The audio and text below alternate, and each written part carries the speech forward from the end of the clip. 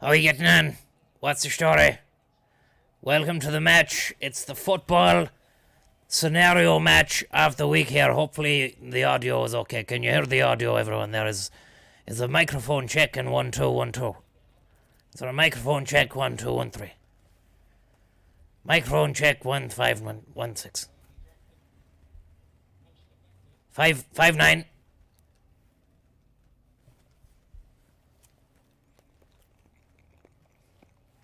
Good stuff. Thank you very much. Brooklyn Lukey, thanking you. Francis, are you there? Come in, Francis. How you getting on, Tom? Good now, Francis. Are you well? What's the story with you? Fuck all, Tom. Still in prison. Still incarcerated. It's a bit that has gone too far. It's gone on too long. But I can't fucking get out the place. You know yourself. I do indeed. It's been tough. I gotta tell you something. It's gonna be tough for the boys in yellow tonight. They're facing a very strong, resilient Manchester United side here in the Europa League final, which has taken place over in Gdansk, which was host of one of the games, the Irish games in the 2012 Euros, if I can remember correctly. You can indeed, Tom. Here's Cavani, Edinson Cavani in the box. He's muscled out of the pitch by the Villarreal defender, and he's gone arse over tit over the line, Cavani, and it's gone out for a goal kick to Villarreal. Unai Emery is the managerial manager man for this team. He looks like a kind of a Dracula, Count Dracula of the touchline. Would I be right in saying that, Tom? Well, you wouldn't be wrong anyways. Because it's your opinion. It's a subjective one whether or not Unai Emery does resemble a kind of Count Dracula of the touchline is all open to interpretation. Personally, I wouldn't level any accusations of vampiricism against Unai Emery, basically just because of the fact that there's been no evidence that that's the kind of life he likes to lead. You wouldn't know what goes on in the behind the dressing room closed doors, you know?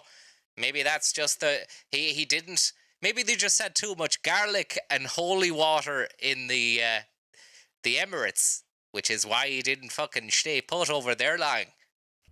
Yeah, well, he had a tough time with it with the team. Thank you very much, Mudra on the Gdansk floor for the tip, and Brooklyn Lukey.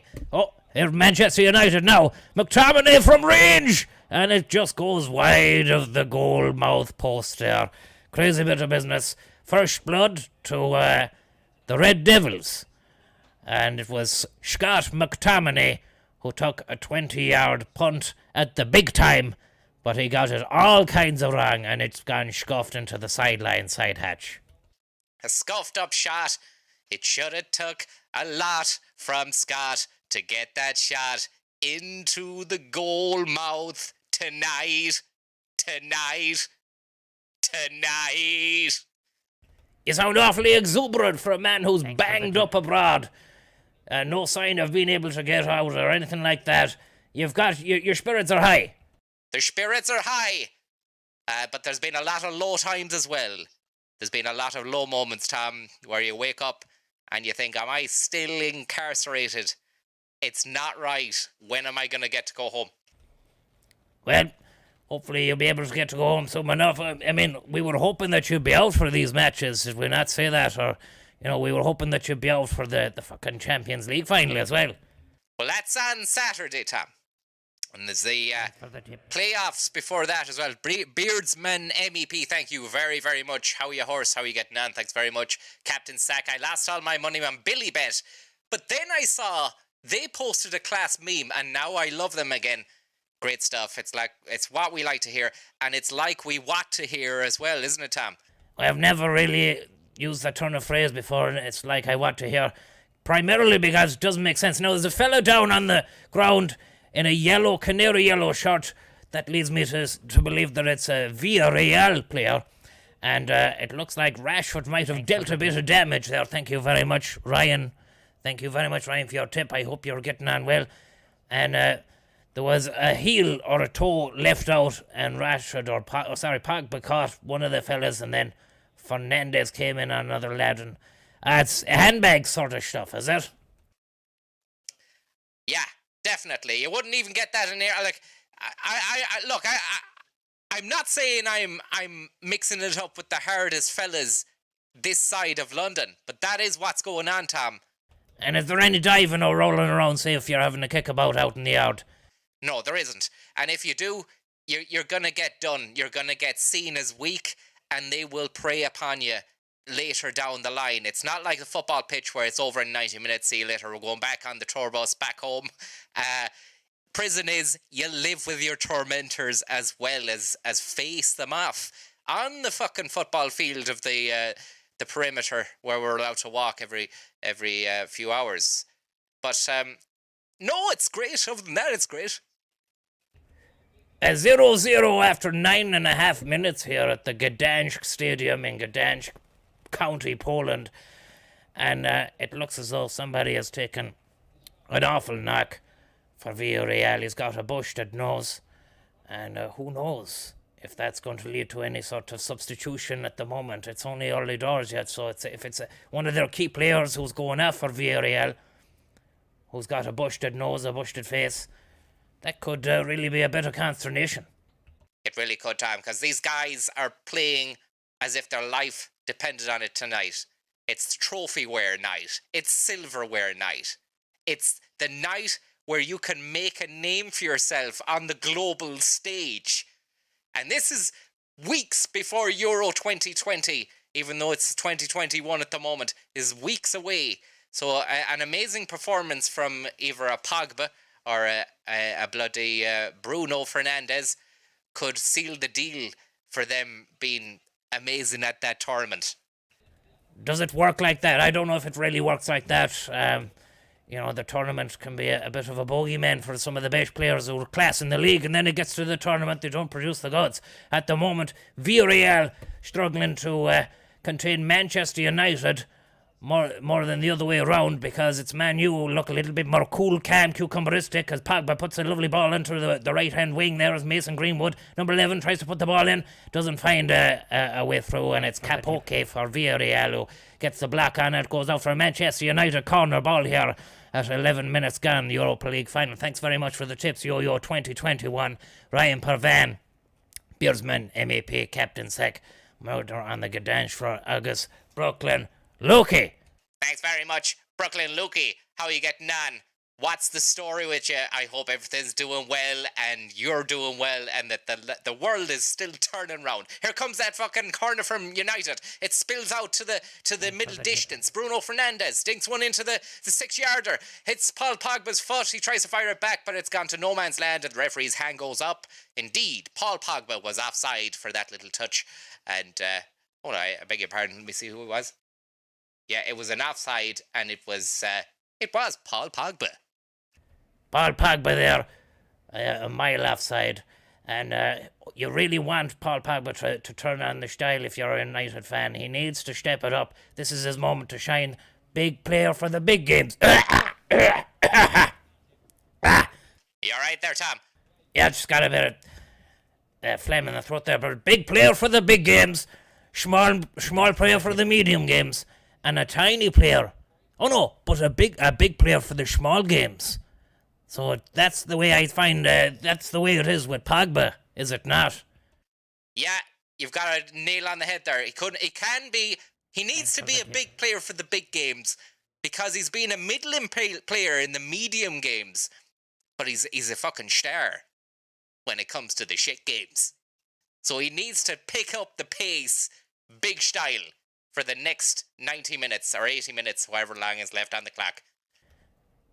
78 minutes of regulation time left to play. Thanks very much, Daryl Kelly and Kink say thank you very much, August Dan the Tan. Got a photo with Tommy when he ventured down to Galway. Lovely lad. Thanks for the crack. Thanks very much for that, Dan the Tan. How are you, Tommy? Shout out to the Pollard House Painters. All tuned in and enjoying the coverage. The Bees are saying it's time to diversify the portfolio and invest into Tommy coin. Hammer it like you would. I won't say the rest of that. And good man, Tommy. Thanks very much, Kingsey. And Daryl Kelly, any more adventures in the next week, Tom? Come up to Drogheda for a pint. I'm not sure yet. We'd have to wait and see. We're waiting on Francis on getting out, Francis. When's the next release date? Fucking testimony trial, hearing, parole board meeting. When was that happening for you? Couldn't tell you, Tom. Couldn't tell you, but we're watching the Europa League tonight. Unai Emery wearing all black to match his black hair, which is very vampiric in its nature. Thanks very much, Cold Watery Bisto on a Spoon, who says, I believe the Yellow Submarine's nickname of Villarreal is a nod to the Beatles who founded the club. John Lennon played barefoot in goal, while Ringo was the star, no pun intended, player up top. Paul McCartney did the admin, while George organised merchandise. A lovely, lovely painting that you've painted. Well, it's not really a painting. I was trying to be metaphorical. It's a lovely picture that you've painted with words. Yep. Like those fucking magnets that you used to put on the fridge when you... Remember, you used to go mad for them. Silly magnets, Tom. But they were great at the time. Yep. Thanks for the tip. And they were helpful in helping you to learn how to read and write, I suppose, as well. Bit of that, Tom. Educative toys are the best. Yep. You obviously didn't get a nice education, judging by the way you scuffed up the delivery of that fucking... that word educative. Sure, you couldn't fucking say it there. Anyway, Jasper Conrad, thanks very much. Santi Carzola, money, thanks very much for the tip. And Kevin Collins, thanks very much. Keep the head up, Francis. You'll be out in no time if you win your fight in the Gulag. Crossball comes in, Villarreal! Oh! A chance at a volley on the goal there from the Villarreal player, number 40-something. We'll get to his name as and when we get to it. But it was a volley that he took a crack at after a corner ball came in, number 14. If I was to guess, I'd say his name is Rodriguez or something. Looks like that. It's a long one. It's a long one on the back of the jersey. Anaconda G, thanking you very much. I hope you're getting on well and that life's treating you well. Sure, thank you very much. Could you say hello to Kevin Clark for me, please, Tom? How are you, Clarky? What's the story with you? I hope you're getting on well and that you're doing well. It's 17 minutes gone there, Clark, on the match, and it's still 0-0. Thanks for tuning in, Clark. Now, Villarreal beginning to pick up a little bit of spice now, and not looking like the pushovers that they were in the first 10 minutes. They've got a little bit more zip, a bit more pep in their step. They're making those moves forward, and they're getting expressive. Do you know the way, like when there's a foul gone on, and the continental players, they're always doing this. Yes, Tom? What's that about? Do you know the way the players on the continent do this? At the referee. Can't fucking see it, Tom. Anyway, there's a lot of expressionism going on, and passions are beginning to become truly ignited. Unai Emery, the dark horse of the touchline, the vampiric, almost Romanianic. He's a Romaniac, almost Romanic style of him. He's there, and the lad in for Villarreal now is just getting his head bandaged up. So you're banged up abroad. And he's bandaged up abroad, Tom, because he is abroad, because it's Gdansk, and he's a Spanish man, he's a Spanish player, he's gone to Gdansk to play football, didn't work out for him, got a bang on the head, didn't work out for him, and now he's had his head bandaged up again. Thanks very much, Jimmy Schlein, Connie Can. Can you say hello to me and Hannah, that moved in together and are having our first garden drinks and watching your lovely stream? Thanks very much for that, and how are you getting on, Hannah? And best luck with the gaff. Here come United, trying to break down the gaff at Villarreal's house. But Villarreal are strong enough. They've given the ball away to Edinson Cavani, though. Edinson Cavani, taken down on the edge of the area. Doesn't win a foul. It was purely a dive, as ruled by the referee. Pure dive there from the El Matador himself. And I gotta tell you something, if a Matador did that, well, the bull hardly touched him. If a Matador fell over like that, he'd be fucking laughed out of the bull ring. Actually, I mean, if he did do that, the bull would fucking kill him. It's a bit of a bleak picture there of a matador being gored to death by a bull. We want to keep it light here, so sorry about that. Bit of a downturn there, Francis. Do you want to apologise? Sorry about that downturn. It was grim. The imagery was grim. I got to admit that. I'll fucking throw the hands in the air and be the first to admit that was a grim one. And we got to keep it light here, because it's the football night, the night of the ball, and that is all that matters in the end, isn't it, Tom? A lot of the hey, gotta tell you something. A lot of life's problems.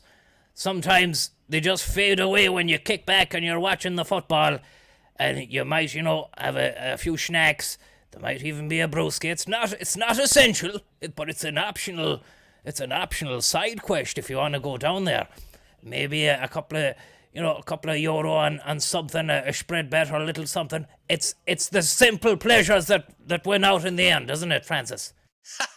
I'd love to have those simple pleasures back, but unfortunately I'm still under investigation and being held under COVID charges. Ball comes in for United, tries to find Cavani, goes over the head, lands out to Luke Shaw, takes a rattlesnake, and it goes right hand side of the post. Whistle crack cafe, and Ole Gunnar Solskjaer's out of his seat now and he's dancing around. Thanks for the tip there, Smooth Shot 95. How are you, Tom? Can you give a shout out to my girlfriend, Emma? Big fat thanks very much, Emma.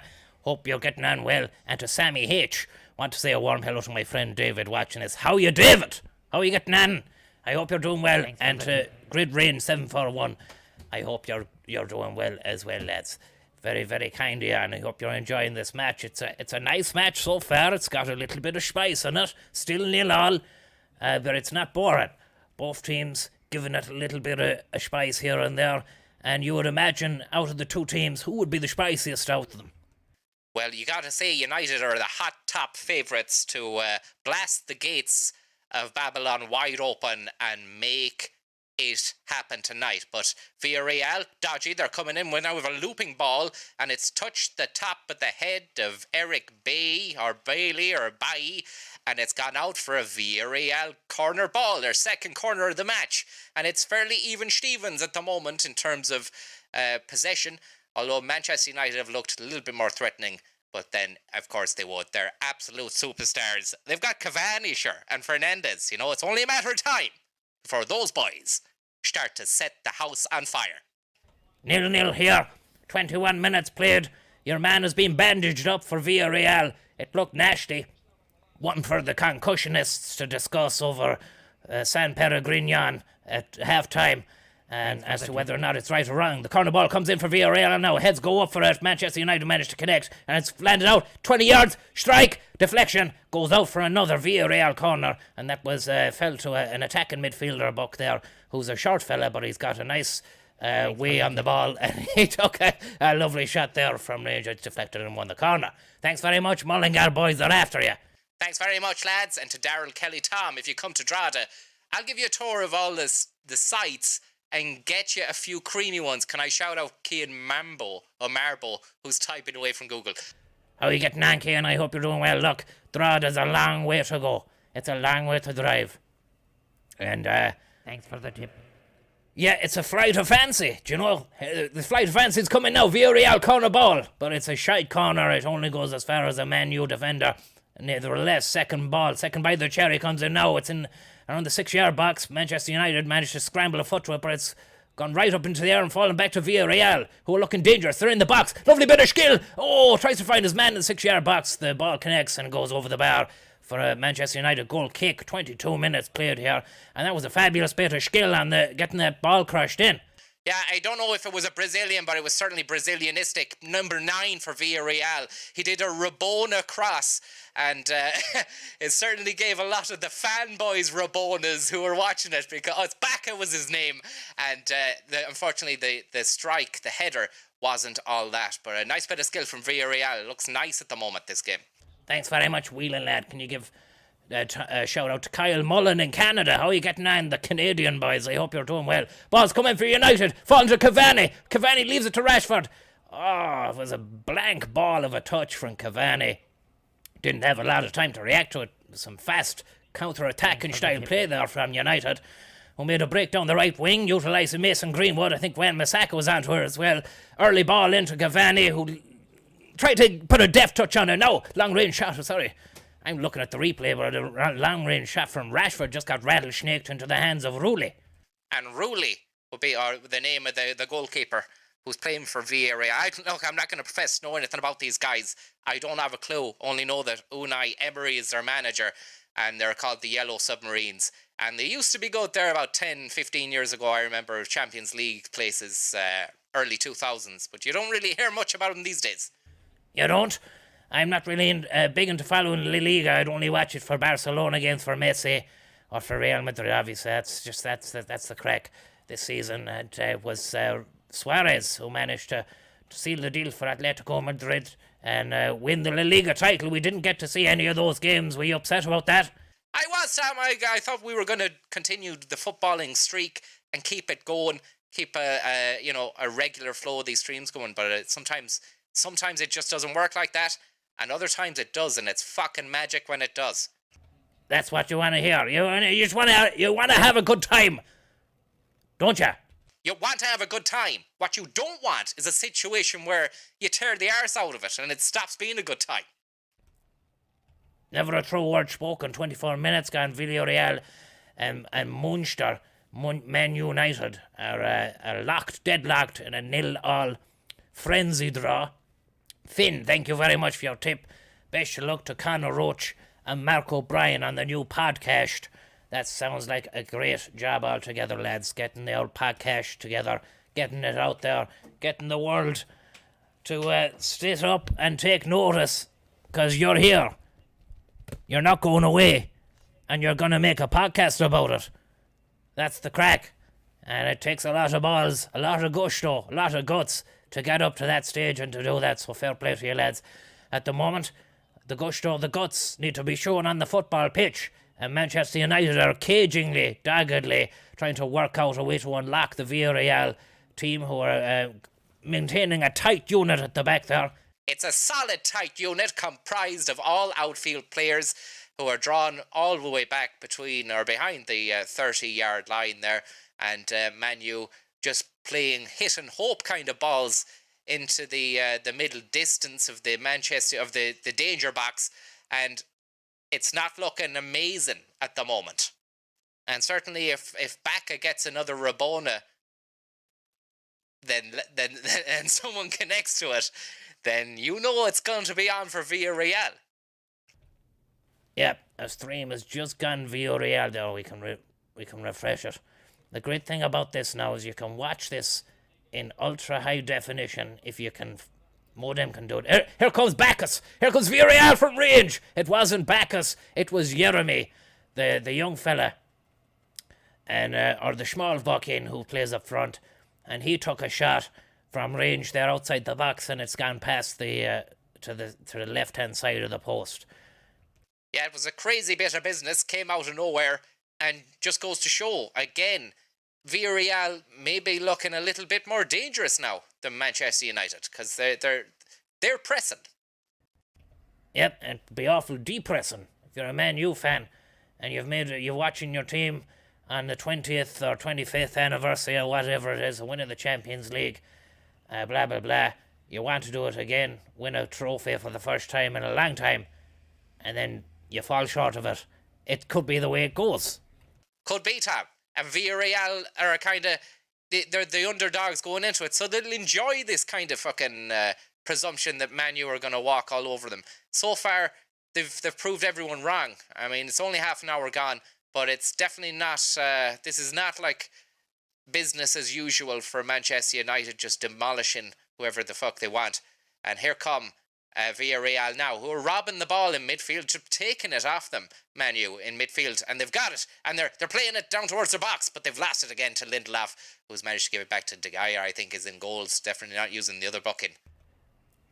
Yeah, it looks like De Gea. Can't be too sure about that, because I was just saying how it's great. It's a great stream. But we don't have ultra. You can't do the 4K because I'm not sure our monitor is 4K. Yeah, it's not. You can still select 4K, but it's not you're not gonna notice any difference if you're using a HD ready monitor. Yep.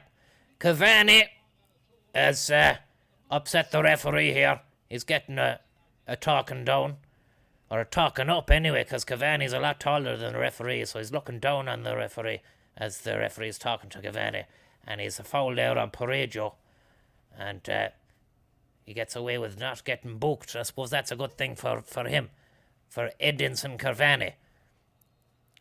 Now, Villarreal, 20 minutes. Ball comes into the box. It's Jeremy! It's a goal! It's not Jeremy, it's Gerrard! It's Gerrard! It's Gerrard for Villarreal. It's Gerrard. And he's scored a goal for them. And it's 1-0 to Villarreal. And he's doing some kind of hair. It was like he was tapping his arm like it was a train spotting kind of celebration. Yep. Did look like there was some kind of drug referencing going on there. I'm not sure. But maybe it's not. Maybe it's a tattoo that he's tapping or something. Lovely flight of free kick. No chance of offside. And Lindelof was trying to take down his man there, Gerrard, who actually started off a long way away from Lindelof and then just got into the right place at the right time, that little pocket. De Gea had no chance after the connection was made. That's 1-0 to Villarreal. How are you getting on, lads? Thanks very much for the tip there. 1-0 to Villarreal, and it's a crazy bit of business. As everyone was saying, United were going to do this and clean house very, very quickly. Just goes to show you it's not the way it is at the moment. Is Schlug vaccine safe? Someone says, Tommy, I need a jab. Should I trust Schlug vaccine against the Rona? Also, when ath for Tommy Coyne? I don't know what ath means. I'm not sure either. Don't know what ath is, but thanks very much for asking. The Schlug vaccine, yeah, it's going to be great. That's going to be the next thing after Tommy Coyne. Maybe developing our own vaccine, because let's face it, guys, coronavirus is with us forever now. Whether you like it or not, we're going to end up on a fucking all-time, lifetime conveyor belt of booster jabs and God knows what else being fucking pumped into us, like chickens down the mill that are heading to the big globalist supermarket. And we need to be done by the batch and by the pound. So, without further ado, I'm going to present to you the new idea, which is being given to me by somebody who's just tipped their Schlug vaccine. We're getting on it. And Francis, do you want to take it away? Yeah, well, this is all news to me, but I'm well in on this from the ground up, Tom. And in fact, I know some absolutely ludicrous people inside this prison who might be able to facilitate a few scenarios which would ensure us being able to secure, develop, process, sell, and ultimately believe in vaccinating the public at a new cost. The cost is a markdown cost, but what you're going to get for that is something amazing. It's not like the mRNA, Moderna, AstraZeneca, Sputnik, none of that bollocks. It's all pure stuff that we've made based upon ingredients that you have, Tom. Do you want to carry it on from there? Yep. Well, it sounds like it's going to be made from ingredients that we've found and sourced in our cupboard in the gaff here in Castletown. Foodstuffs, would you say? Yeah, whatever you've got in the cupboards. We'll hit them with the garlic. We'll hit them with the pepper. We'll hit them with the salt. We'll fucking mix that all up in a pestle and mortar. And then we'll mortar bomb it into someone's fucking front yard. Maybe, whose front yard would you mortar bomb it into? Probably some food conglomerate.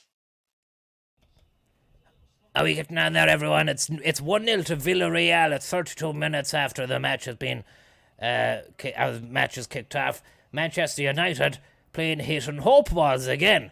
It's a pure game of hope ball for those guys.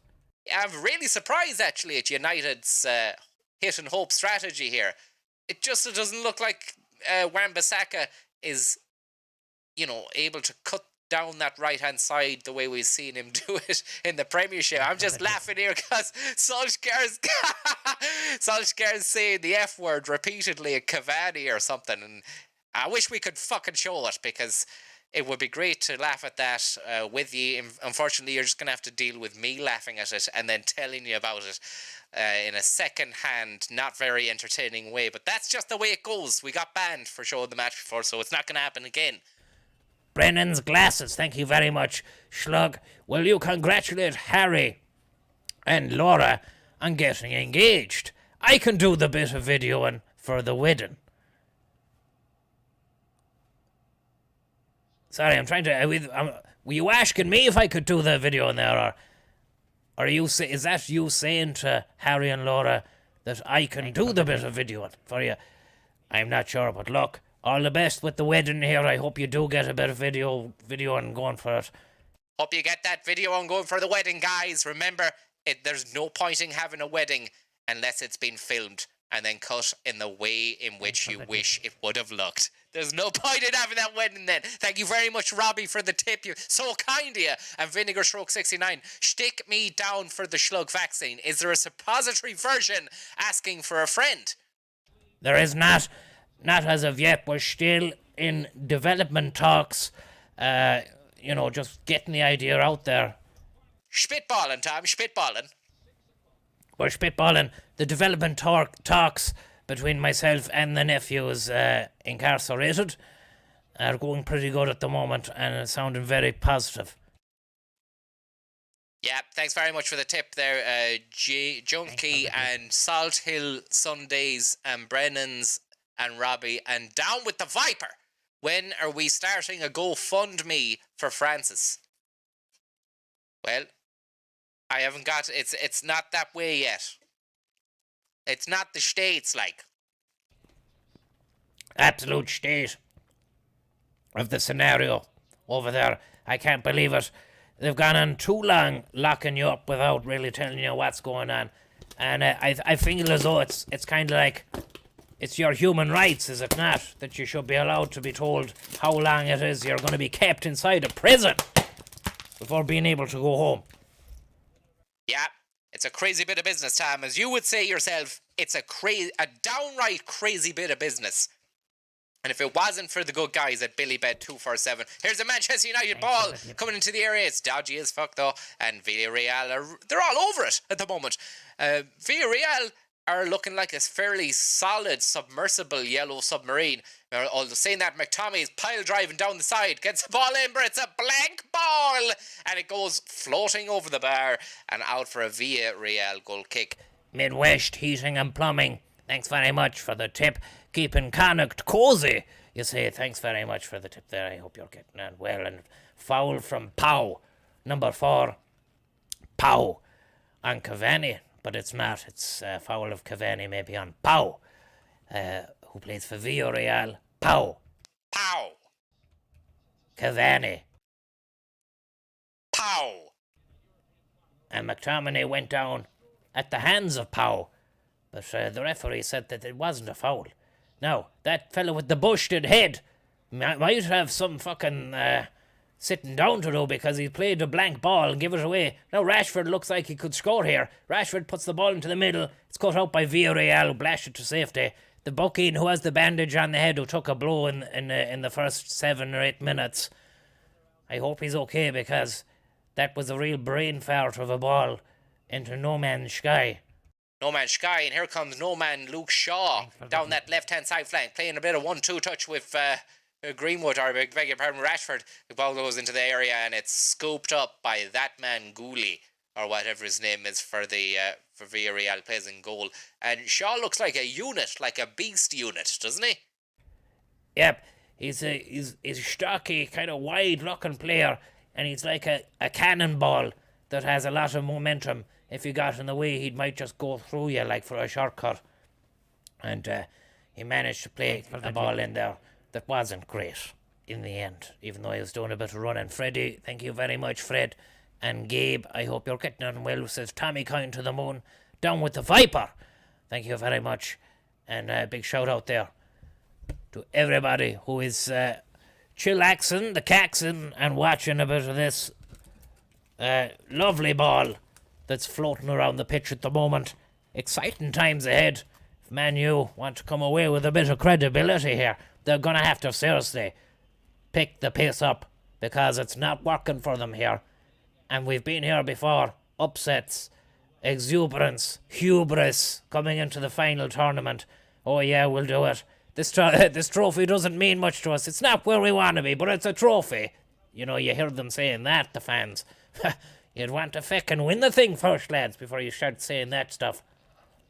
Because at the moment, it's not looking good, and this melon is fantastic altogether. I heartily recommend you get down to your local melon dealer and ask about test driving the new melon. Prices start at €2 for a pot. It's quite a lot, actually, but that's what you get if you're too lazy to buy and chop your own melons up. You end up paying over extortionate prices. Here come United, and it's cut out. Goes out for nothing because it didn't cross the line. It looked like it did, though. A lot of protestations from the Manchester United protesters. Here come Rashford into Cavani. Cavani puts it back into the middle, tries to find Rashford. Doesn't work out for him. Yellow Submarine blashing the ball out the box area now. Doing it comfortably, cucumberistically, passing it around. Francis, do you want to take over for a moment? Want to eat some melon? Yeah, I'll have a bit of melon here as well, actually, Tom. You mean you have some as well?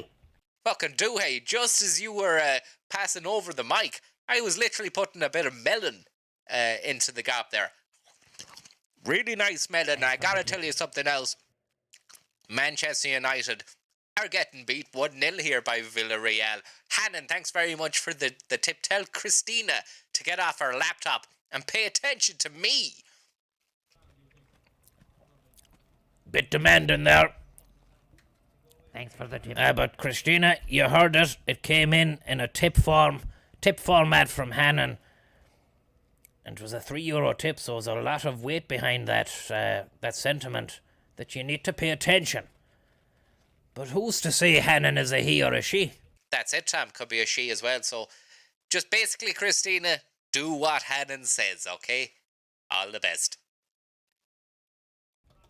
Mark, formerly Sweet Beast, thanks very much. Manchester United trying to be the Sweet Beasts here. They've actually turned into nasty little beasts now, as there's a bit of heat turned up the last 5 minutes of regulation time of this first half. And it's that man Bruno Fernandes who's doing a lot of gesticulating in that kind of Portuguese style that he has there. And he's looking for a corner ball at the hands of Villarreal. And I don't think he's found it. He didn't work out for him. And now he's gone back to centre midfield. He's running back. He's a good man, but he's out of sorts at the moment. Bruno Fernandes and Unai Emery, or whatever his fucking name is walking around the side hatch like a dejected vampire who's just lost in the third round of Vampire's Got Talent, the hit fucking talent show broadcast in Romania and wherever the hell he lives, the vampire man known as Dracula. Bram Stoker. Yeah, Dublin or fucking Valhalla or wherever it is. Transylvania, which is really a place as well. I'm not sure if they believe that Dracula is like a permanent resident there of Transylvania. And also, what about Pennsylvania over in the States?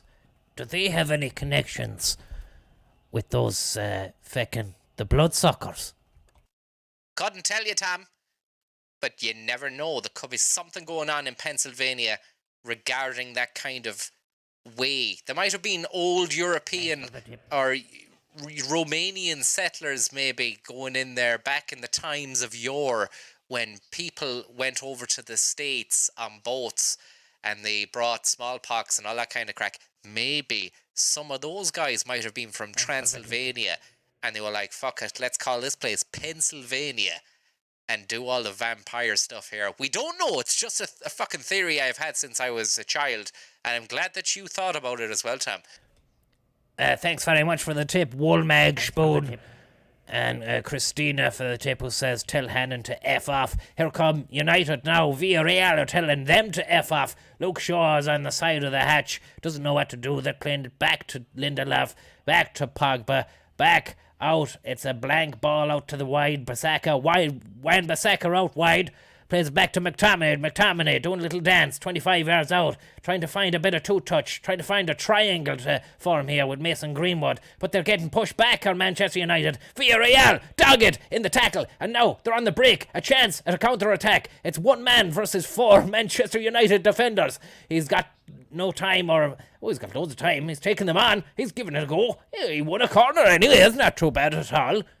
And it's not a corner. Unfortunately, it's been rolled out as a goal kick, and that was ridiculous because it looked like a corner to me.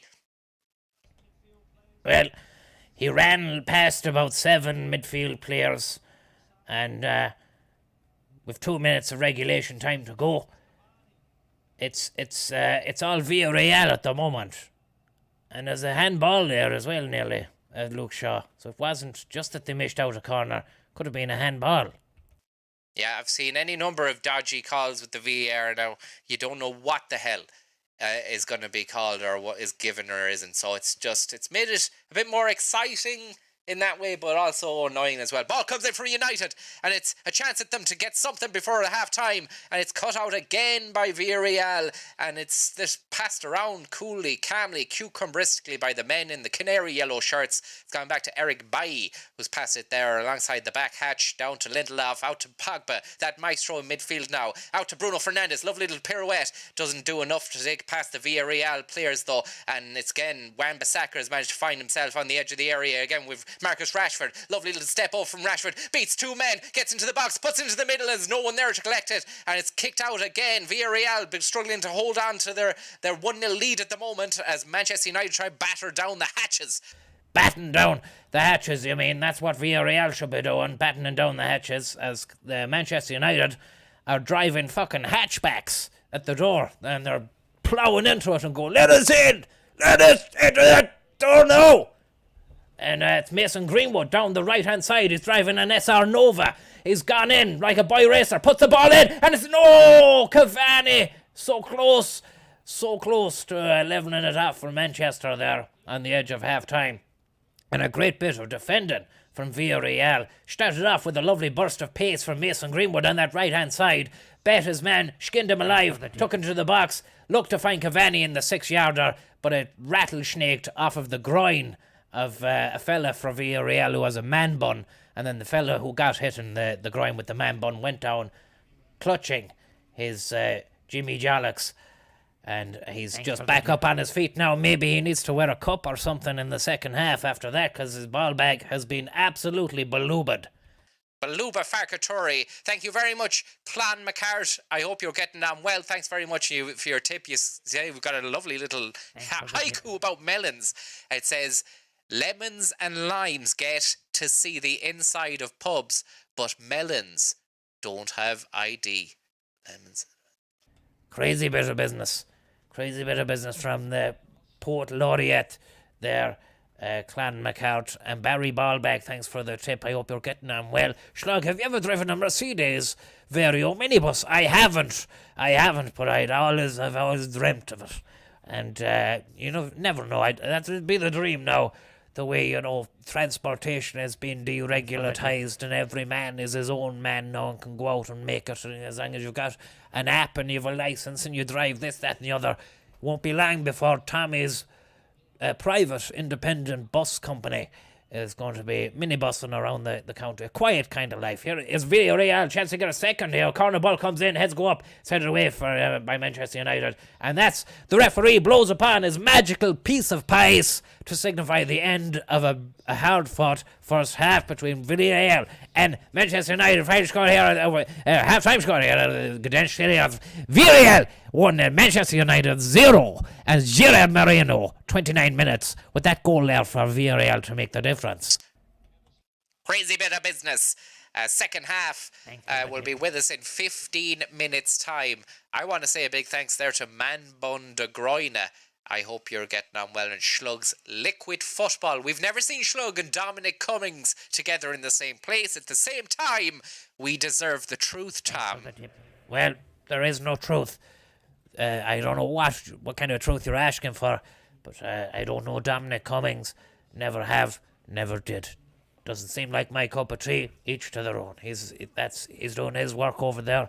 I do my work on the bus. He's doing whatever it is, the dark art of communications and government.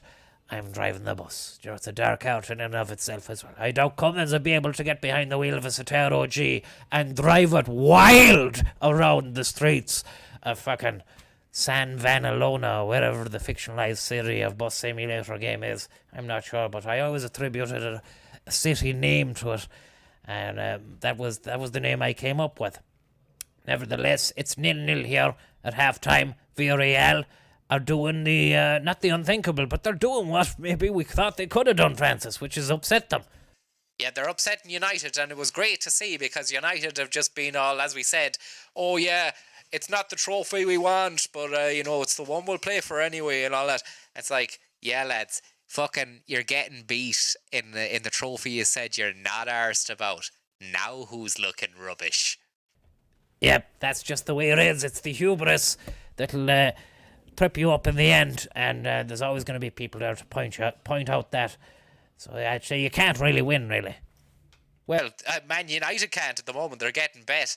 They're going to have to really step it up in that second half. Don't know what they're going to do. There's question marks over McTominay being there. Maybe, the Fred is not there.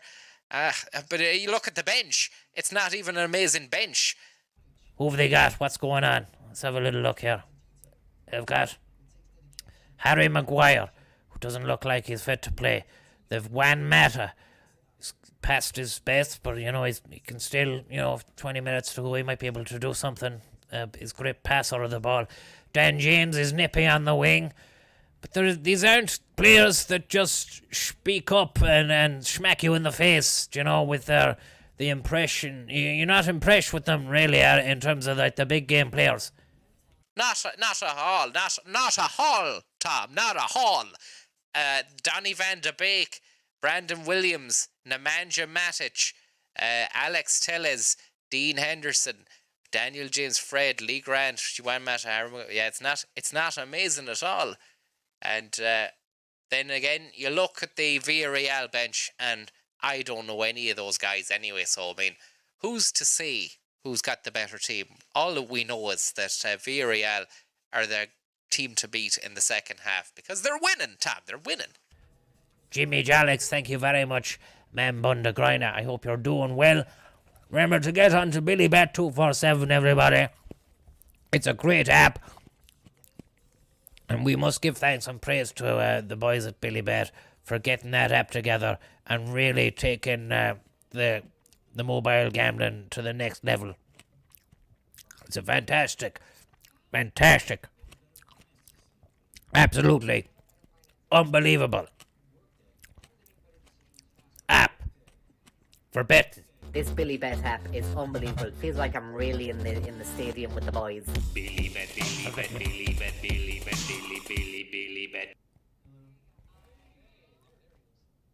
BILLYBET247. Win, lose, or draw, you'll always have an experience and a story to tell. Yo, what up? It's your boy Snakefist back again with another BILLYBET247 spread bet connoisseurs tips and tricks scenario.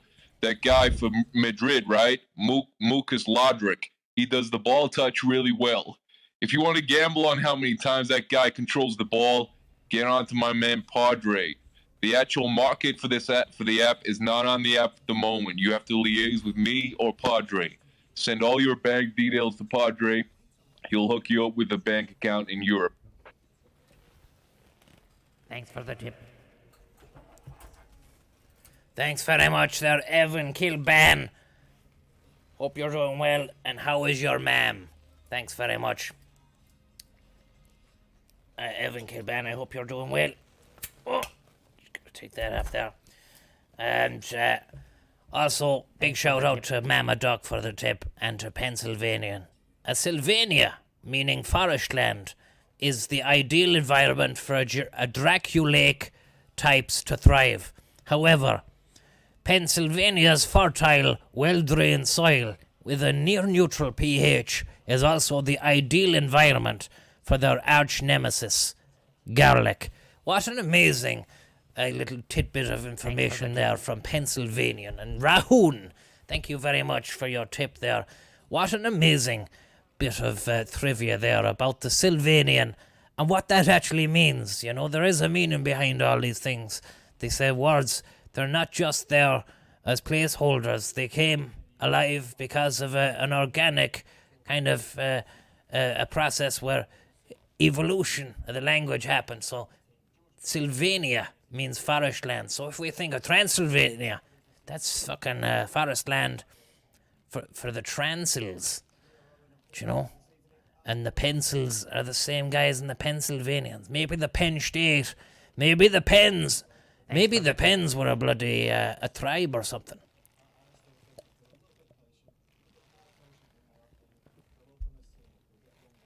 Rahun, thank you very much. And to Jenny Aliashki, I hope you're doing well. Jenny Aliashki, thank you very much, my friend. I hope you're doing well and having a great time. Tonight is brought to you by BILLYBET147 or 247. 24 hours a day, 7 days a week. Gamble away, boys. Gamble away. This Billy Bet hat is unbelievable. Feels like I'm really in the stadium with the boys. BILLYBET247. Win, lose, or draw, you'll always have an experience and a story to tell. Yo, what up, Betcats? It's your boy Go-Go. Check me out on TikTok, Snap, YouTube, Facebook, Insta, and all that shiz. I'm gonna be laying down the finest ACCA accumulation predictions the world has ever known or seen. This ain't for the real-time, small-time chip peddlers. This is for full stacks. I'm talking secure in the bag 25/7. If you ain't got the G's, you ain't got the cheese. Hit me up in the DMs, Go-Go.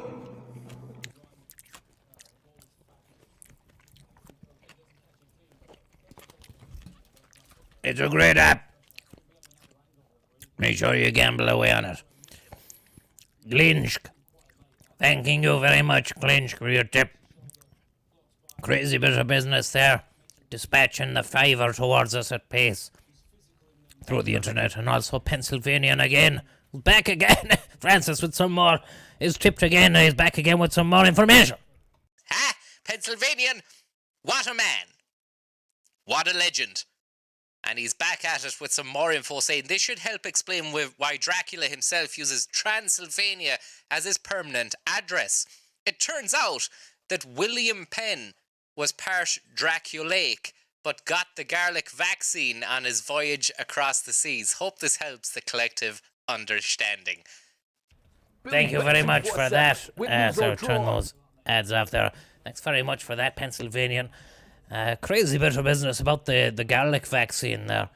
And crazy bit of business with Gerrard scoring for Villarreal to make it 1-0 in that first half as Wayne Rooney watches on from the rafters.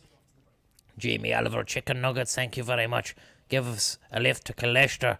Thank you very much. I'm not driving anywhere. This is not a bus. It's a Manchester United match. And Ollie is driving. Ollie's at the wheel tonight. And has he had a drink? Because the bus is fucking after... he's parked it up at half time and the arse is sticking out onto the road. That is a way of saying that they're getting bet. And that he's under scrutiny at the moment, as Ali. He needs to get back into the car and correct that fucking parallel park it a little bit better. Pennsylvanian, thank you. Give us a lift to Leicester. How are you, Tommy? Loving the streams. Just back home after a long day of sitting on the side road, watching tractors drive by. Fine bit of history about the place. Can you give a shout out to the Paralympics WhatsApp group?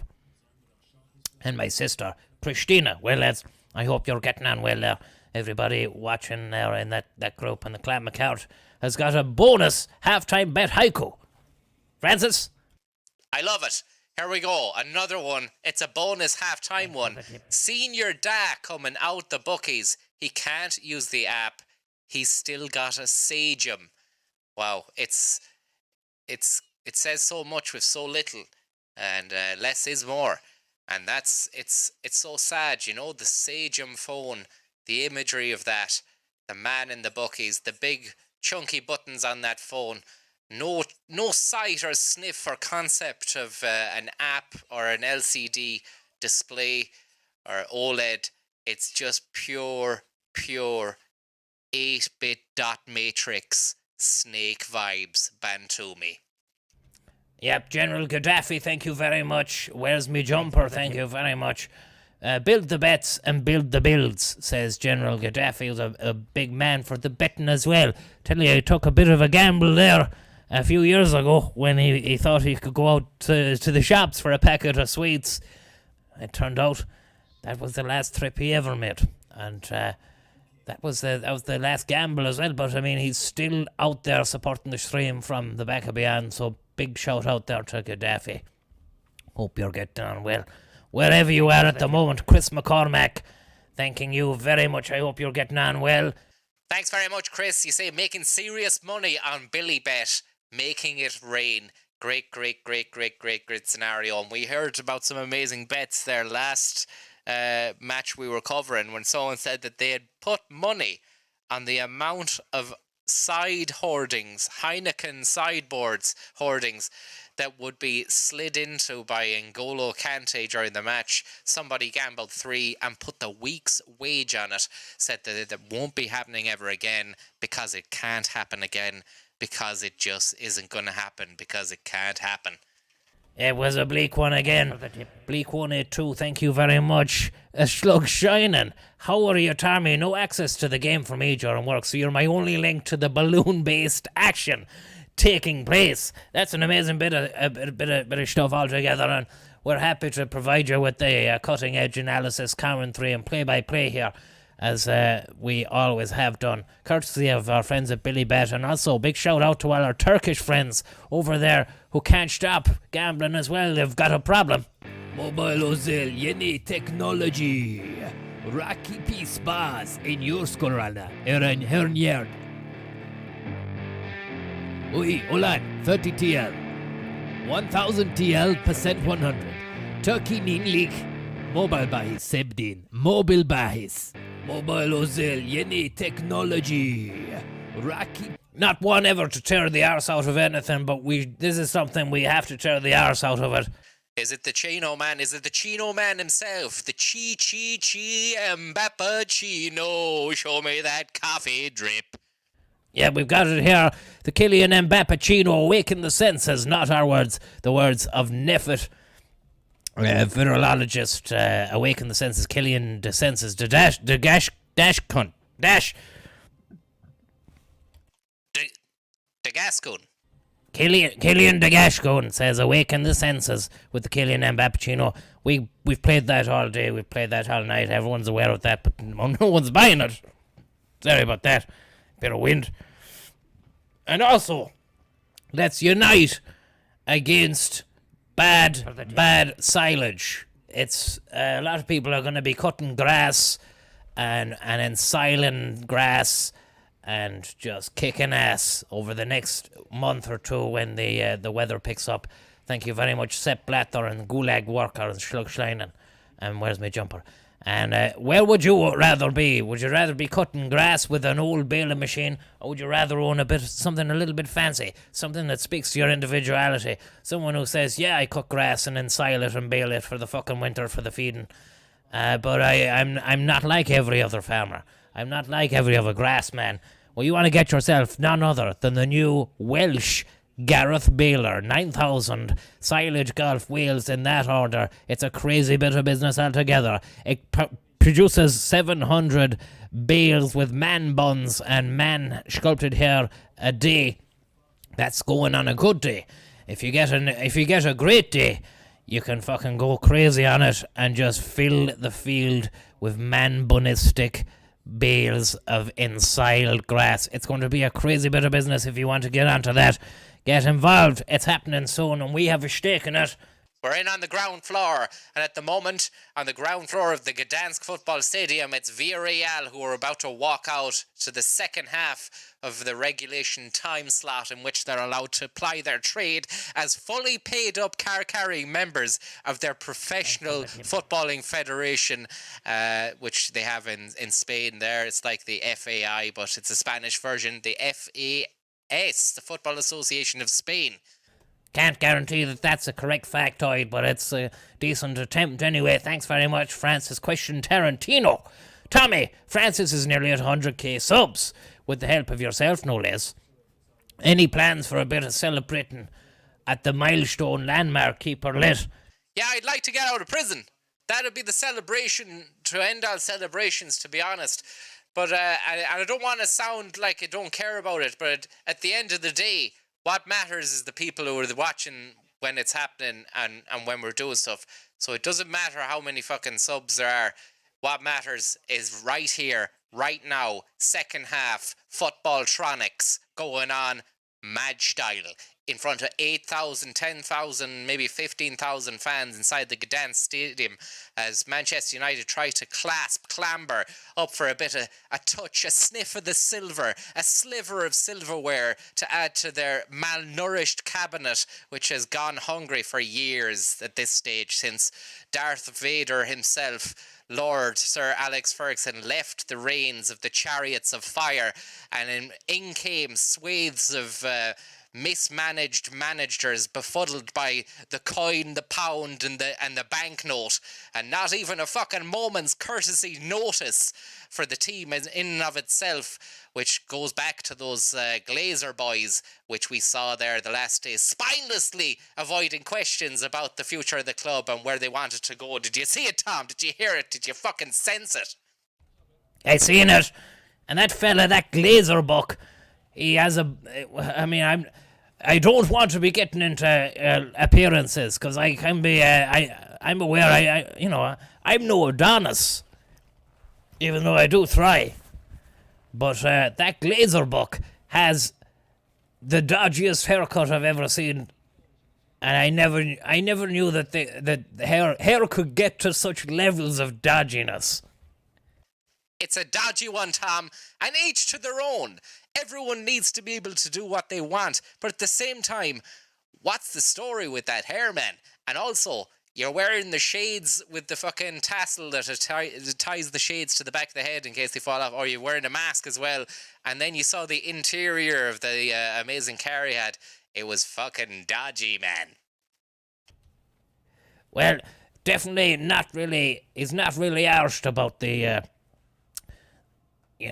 the day-to-day goings-on of the club. I'd say it's all about money. It's the Americans, the Yanks, it's all business to them. It's all business. And that's the problem.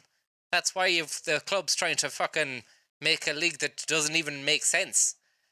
So how can you make a league, lads, when it doesn't even make sense? There's no competition in it. Who'd tune into that? Only weirdos would tune into that. And I would love to have seen how that would have panned out. Had it panned out, it would have been a nightmare.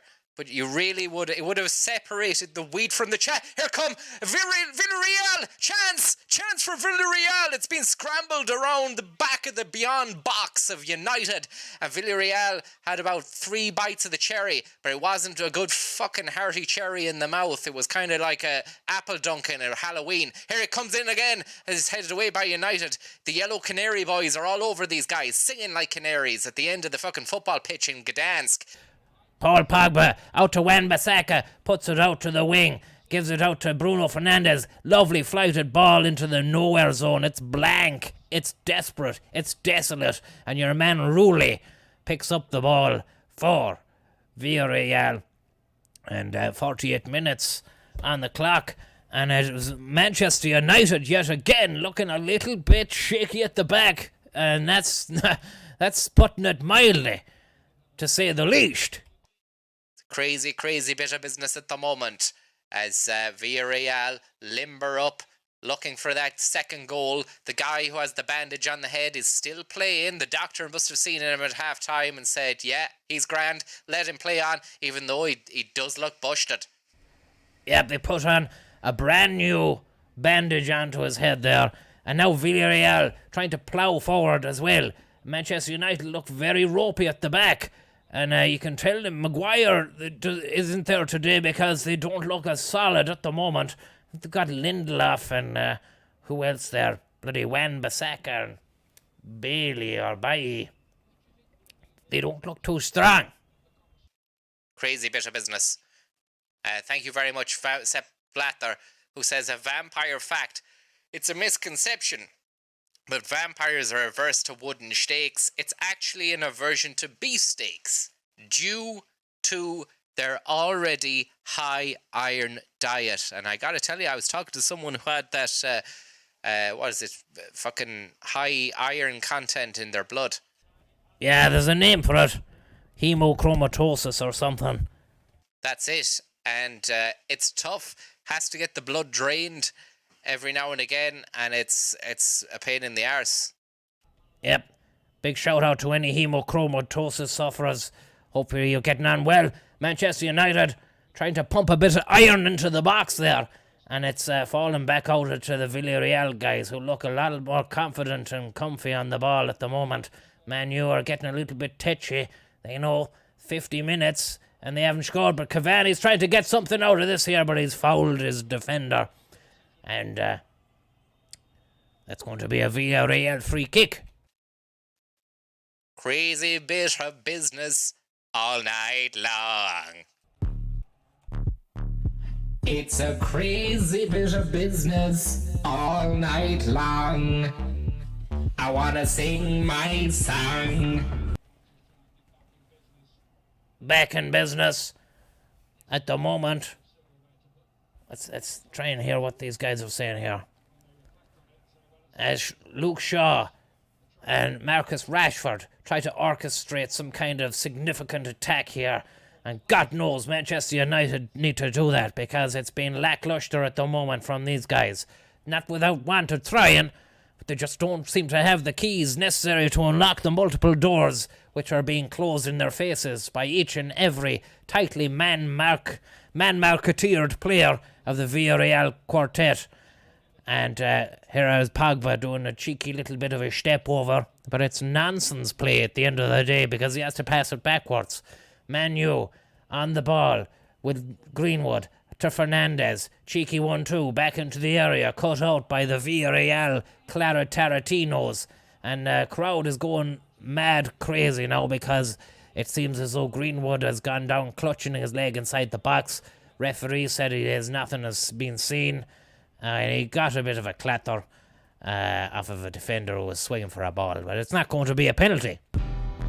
It's not going to be a penalty, no.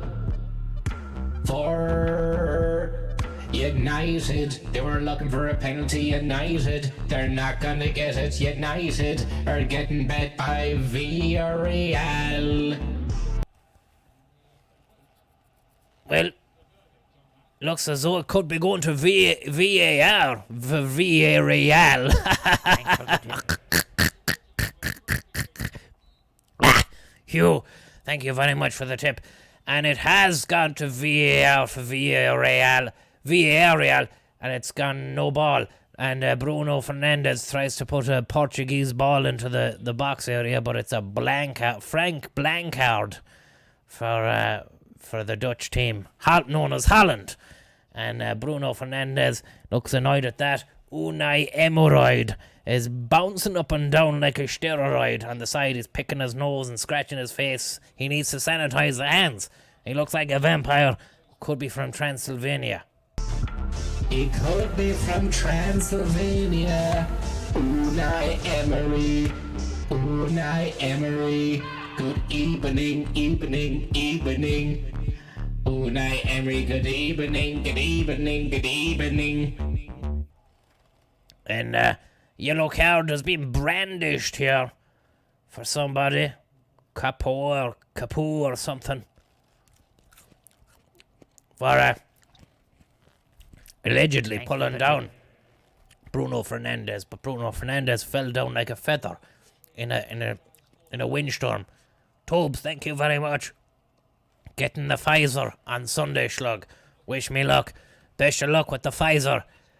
They've gone from strength to strength, those boys, the Pfizer boys. They used to make their money. They made their money in the blue pills. Oh, McTominay, chance, 6 yards, falling to McTominay. He scuffed it, tries to find someone else, gets a shot on it, it's deflected and goes out for a Manchester United corner. Ball. Shot McTominay, shot got deflected. Shot McTominay. Took a little shot McTominay from 6 yards out. It's gone out for a corner, which Luke Shaw's about to take. Luke Shaw takes the corner ball, comes into the area, heads go up. It's headed away by Villarreal. Out to Rashford from range. It's fallen to Cavani! Edinson Cavani! Edinson Cavani, the matador, the matadoristic Matardino, the man from the Uruguayan planescapes of Paraguay. He's the Paraguayan, Galwegian, Uruguayan master of the Ouija board. A man who dedicated his life to the game of the football, a leather ball which is inflated and kicked around a park and shepherded towards the goal by men who are more than mere mortals, none other than Edinson Cavani, the matador, the man who can score. Crazy bit of business from Edinson Cavani with the tap-in. It was a crazy bit of tappage. How's his cabbage after that? Goal check for VAR, Tom. Could be ruled out. It could be ruled out. They're checking the goal for VAR now. This would be awful funny now if it was offside or something.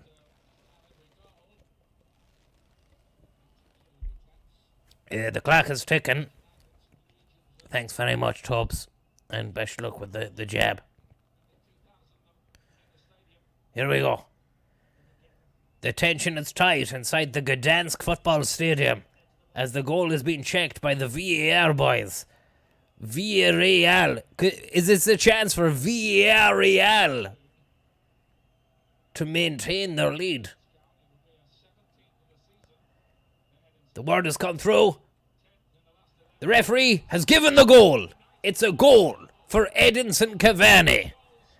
The referee has given the goal to United. There was a bit of consternation regarding the players' positioning at the time of the through pass. But all that shall pass at the moment. Here come United. Chance for them to get another goal. This is just the typical United kind of style, isn't it?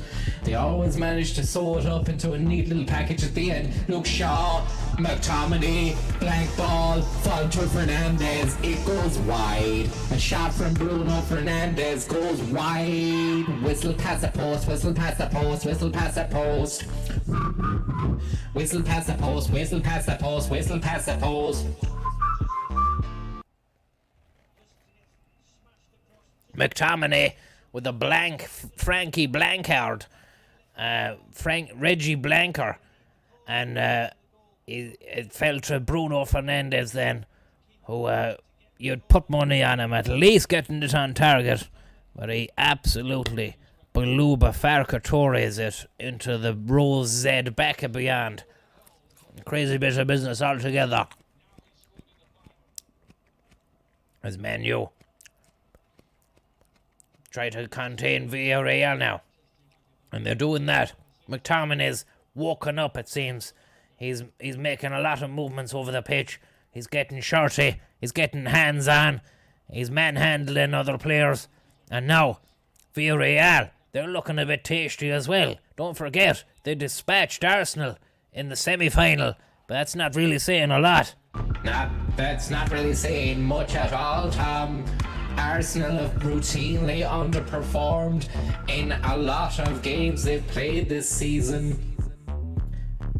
Didn't even qualify for European football for the first time in a quarter of a century. What the hell is going on in that club?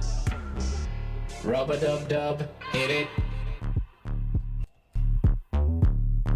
Crazy bit of business all night long.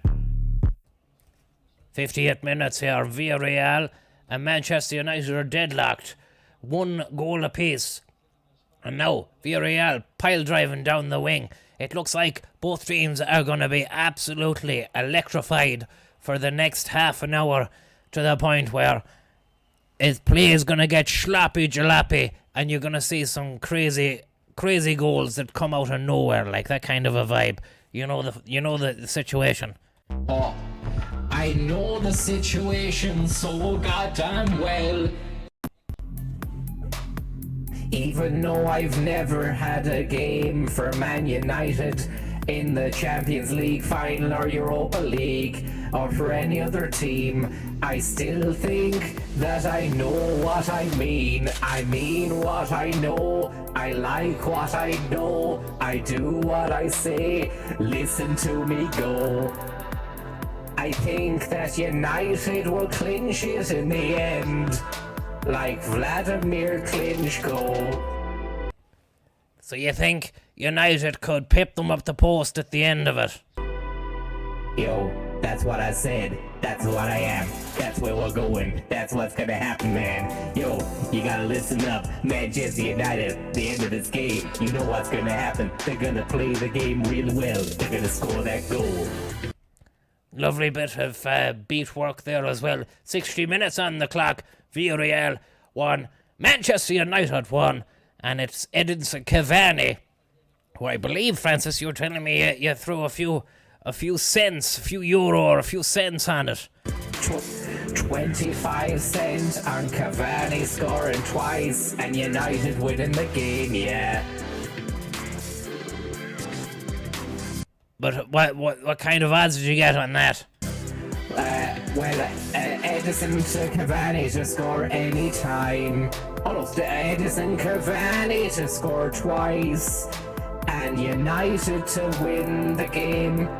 Or actually no, the game to finish 1-1 and Edison Cavani to score.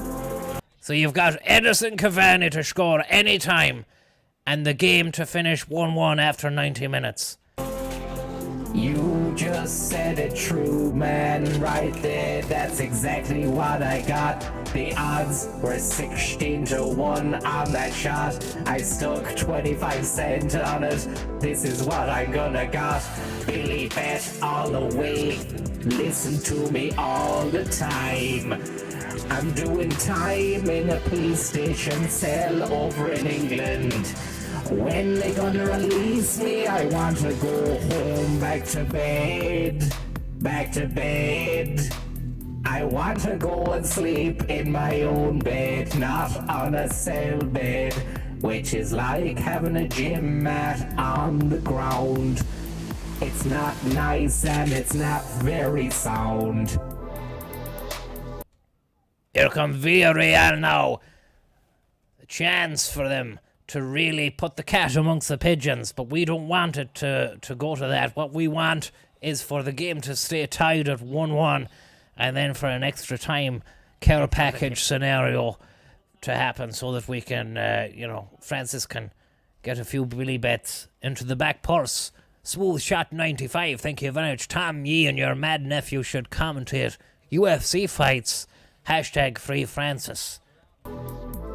I'm not really sure if we should do the fight and stuff. I'm feeling rough. You'd be feeling rough having to stay up until 6:45 to see the main card fight. Unless it's spicy, I'll say goodnight and sleep till the morning daylight. I didn't have to stay up half the effing night to see a leg get scabbed, to see a leg get smashed. Did you stay up half the night to see a leg get smashed? It was worth it. It was worth it. My physiological snake up and standing is feeling bad, but it was worth it to stay up half the night the other night to watch the two men fight. I really felt alive at the time, and then I went to sleep. I didn't cry, I fell asleep and woke up the next day late. 4 p.m. on a Sunday. The whole family were eating Sunday dinner and my face was embarrassed. When I walked into the house, I said, "How you getting?" Quietly escaped like a mouse. Went to hit the pantry, Bruno Fernandes looking nasty. Down the wing, Bruno ball into the middle, hear him sing. It's fallen to Mason Greenwood. But Villarreal cut out the ball, now they're on the ball, they're running down that right-hand flank, high-sider. Sorry about that. A bit too much there, Francis. You tore the arse out of it. Paul Pogba Manchester United failing to deal with the electrification which is being pumped up to the megawatts by Villarreal at the moment. They're coming thick and they're coming fast. CJ, thanks for the tip. And to Jamie D. Cruz, who says 9-4 on Francis. Ball's coming to the middle area looking for Cavani.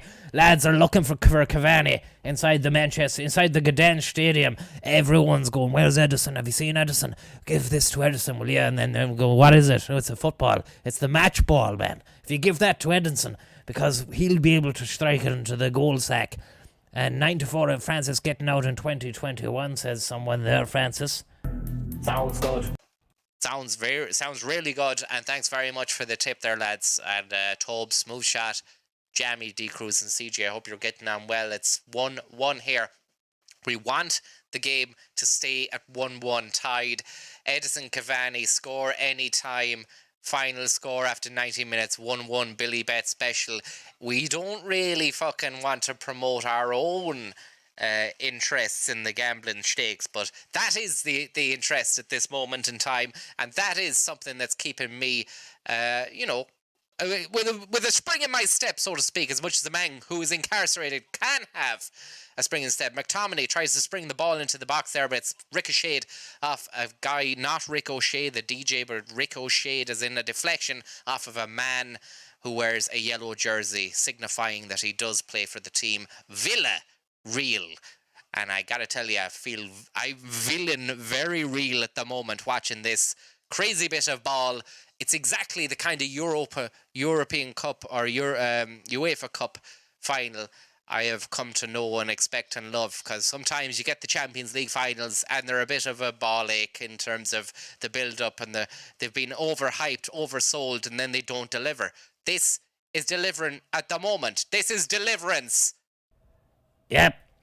Hopefully it's not going to end up like the film Deliverance, with some of the players having to make a forfeit of epic proportions, which would definitely live with them for the rest of their lives.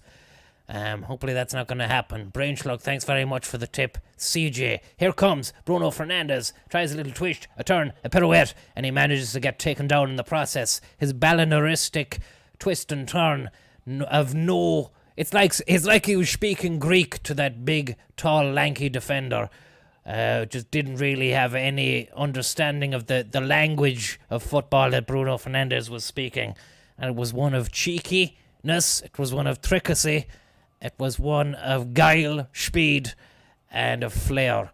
And he was taken down mercilessly by the big centre-half guy. And now it's a chance for Fernandes to put in one of his trademark curly-whirly balls into the side hatch of the goal mouth. Will he go straight for goal, Fernandes? Or will he go for one of the lads in the box? Luke Shaw takes it, and he crosses it in. It falls back to Greenwood, and then it's belted away by a Villarreal player out into the middle distance. 67 minutes gone here. It's 1-1, 1 goal apiece. Crazy bit of business, Tom. Sorry about that, everyone. That's not right. Me and Tom both pride ourselves on communications and broadcasting prowess that leaves the viewer/listener spellbound and asking questions. And the questions that were sadly being asked after you having to hear that fucking expulsion of gas at the mercy of my lungs is, when is this gonna end? And I gotta tell you something, it's ending right here, right now. No more burps for the rest of the fucking match. Crazy bit of business altogether. A promise from Francis Higgins, the stream leader here, to not burp or belch for the duration of the rest of the stream. It's a crazy bit of business. And I believe their Billy Bet are offering odds of 9-4 on Francis not even being able to maintain his gastrointestinal fucking awareness for another 10 minutes. That is to say that you will belch within 10 minutes. Francis, what do you think about those odds? Fucking don't believe the hype, Tom. And Tan, man, thank you very much for the tip. Very, very, very kind of you. McCarthy Buchel, very, very kind of you as well. Crazy bit of business, Tom. Crazy bit of business indeed. McCarthy Buchel, top class stream lads. I'm starting an internship with Billy Bet next week. If I do well, I'll start getting paid in 12 to 14 months. Wish me luck. It sounds like a great little bit of business altogether. McCarthy Buchel, I hope you're getting on well there. And doing a fucking... Oh, God. Bruno Fernandes. Rashford. It's so easy for Rashford. And that's why it goes wide of the post. Because it's the easiest sitters that sometimes turn out to be the biggest shitters. Crazy bit of business, Tom. And Rashford absolutely kicks the cat up the arse with this one. He tries to go for a placement 6 yards out from the goal sticks, and he just gets it all kinds of wrong, Tom. A chance goes a-begging for United to win. Go ahead on goals. And well, how else could they go ahead? And it goes a-begging. Crazy bit of business. And Tan Man. Thank you very much. Villarreal about to put the shits up United here. 19 on the edge of the box. Squares it to the lad with the busted head. Lad with the busted head now. Number 8. Tries to fucking find a bit of support in midfield. He has had to backtrack. Now, chance for a shot from range, but it's a blank ball from Parisio. Number 5. Should really have just not done that. It was a blanker. Crazy bit of business, Tom. And what was I going to say? Tan Man, thanks very much. Keep up the crack from Tanland, says Tan Man. That's great. It's not much crack here, but there is a live broadcasted phone call, which I do have, which is always granted and gifted to me during the big semi-finals and finals of the major European football tournaments. And I got to tell you something, Euro 2020, are we going to be covering it, Tom? What's the story there? Couldn't tell you at all. Rashford's cat, thanks very much. Luke Shaw, chance here to fucking stick a cat in the bag. He turns, Cruyff turn in the edge of the box. Blank ball, it's Cavani. Oh, crazy bit of business. Point blank range header from Cavani. And it looked like a blank ball from Shaw, but it was a well placed ball on Cavani's cown. Although it had too much pace on it, and Cavani looked rattled. Cavani looked like he got the ball to the face. On replay now, we'll see it. Lovely bit of skill from Luke Shaw. It was like a 10-ton truck slamming the fucking brakes on. He finds Cavani, but it looks like he fucking belts it at his head, and Cavani can't control it. He can only just fucking meet the ball, and it rattlesnakes off his head and then goes on to another Villarreal player. And Villarreal are feeling really villainistic at the moment. They've got control of the balloon, and they're taking the piss. Lovely bit of stuff. They're from Delith. Thank you very much, Delithiath. And Rashford's Castle. Instead of Ashford Castle in Mayo, Rashford Castle. Maybe Marcus Rashford should buy that castle and fucking do it up and make it into Rashford's Castle. Just a thought there, Rashi, if you're listening, even though you're not, you're live, you're fucking playing in Gdansk, sure. Thanks very much. Don't know why I'm saying thanks to you, Rashi. And again, you can't hear me. The ball comes into the area of Villarreal. Manu knocking on the door and asking a lot of questions. And Villarreal just have enough answers. Well, they've been given multiple choice, really. It's not like one of those fucking hard tests where it's like, here's the question, lads, answer them. And it's a case of Villarreal have been given questions by Manu, and Manu have been going, well, you can choose A, B, or C, lads. What is it? And in doing so, Villarreal have been able to identify what is, certainly a 1 in 3 chance of getting it right, and then seizing that opportunity. Seize the day, carpe diem, as they say. Don't know what the hell you're talking about, but it sounds damn interesting. And 73 minutes have gone there, meaning that 73 minutes have gone here at Gdansk as Villarreal are drawing nicely with United, who are beginning to look tetchy now, getting towards the business end of the match. As we all know, Manchester United, absolute sham squires for fucking pulling it out the bag the last few minutes. Fergie time, squeaky bum time, call it what you like, call it what your arse. This is a match that's on the telly right now, and you can watch it. It's even on YouTube. And it's the UEFA Cup, which is now the Europa Cup, or Europa League. And it's looking dodgy for Villarreal at the moment. does look dodgy because Manchester United have begun to sit on the ball and play it comfortably, coolly, calmly, cucumberistically. Spritzer, cry, baby, O'Neilly. Thank you very much for the tip. Watch out for those Polish hard men, you say. Thanks very much. We will do. We're enjoying the Polish beer, though, Tom. Is that the crack with you? And the old Tishk, it's not bad now. For a 1.98, it's cheap and it's cheerful. And it's not piss like that, you compare it to it's better than fucking Heineken and fucking Budweiser. Here come Villarreal, they've won a corner. Wan-Bissaka's after you. Wan-Bissaka managed to get in there and prevent a shot on goal from Villarreal.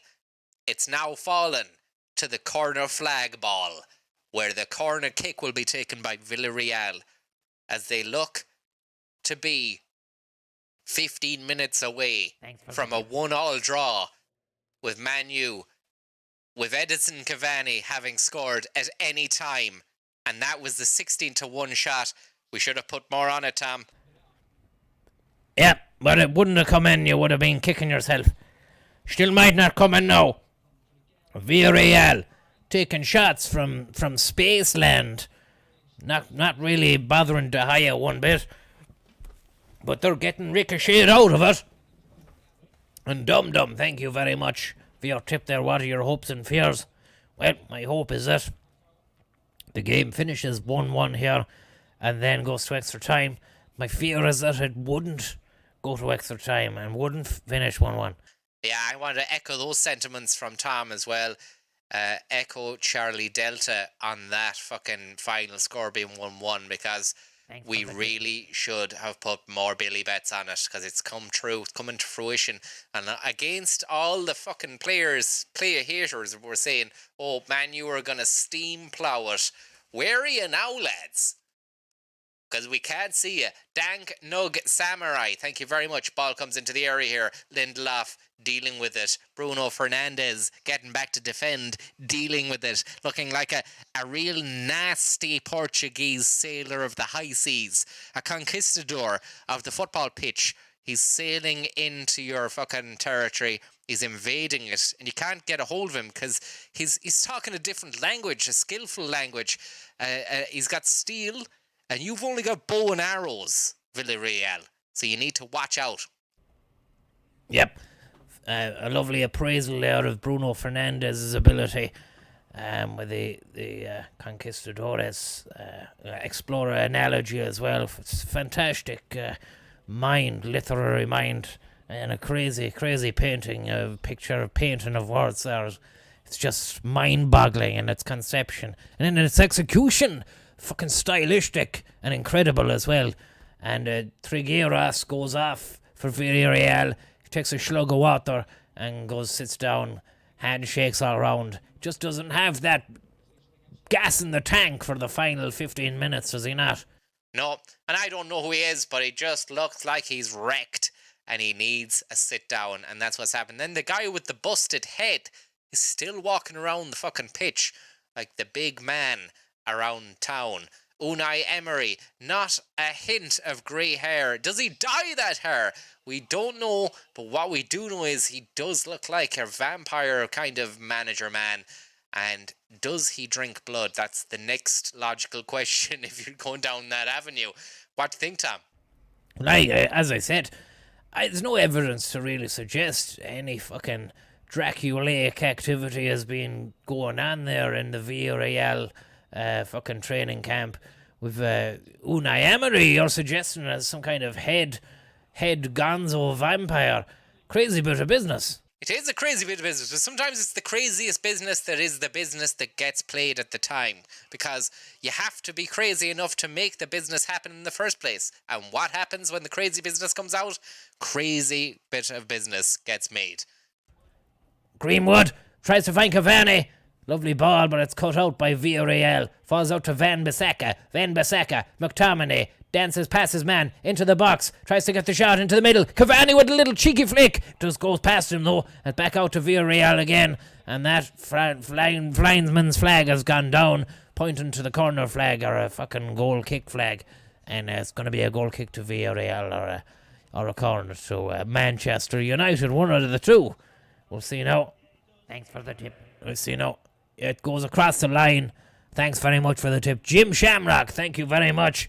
Crazy bit of business, Jim Shamrock. Thanks very much for the tip. Luke Shaw takes the tip off. Out to Mason Greenwood. Ball comes in from Greenwood. Trying to find Cavani again. Set it away by Villarreal. Villarreal trying to get it out. Falls back to Pogba. Pogba looking for space. Looking for time. McTominay back to Pogba again. Pogba can't get on the end of it. 6 yards out from goal. But he's managed to retain the control of the ball again. Goes out to Rashford. Rashford back to Shaw. McTominay 20 yards out. Back to Rashford on the edge to Shaw. Shaw crosses the ball in. Heads go up. Cavani's just the wrong place, the wrong time, and the ball is clutched into the chest of the goalkeeping man for Villarreal.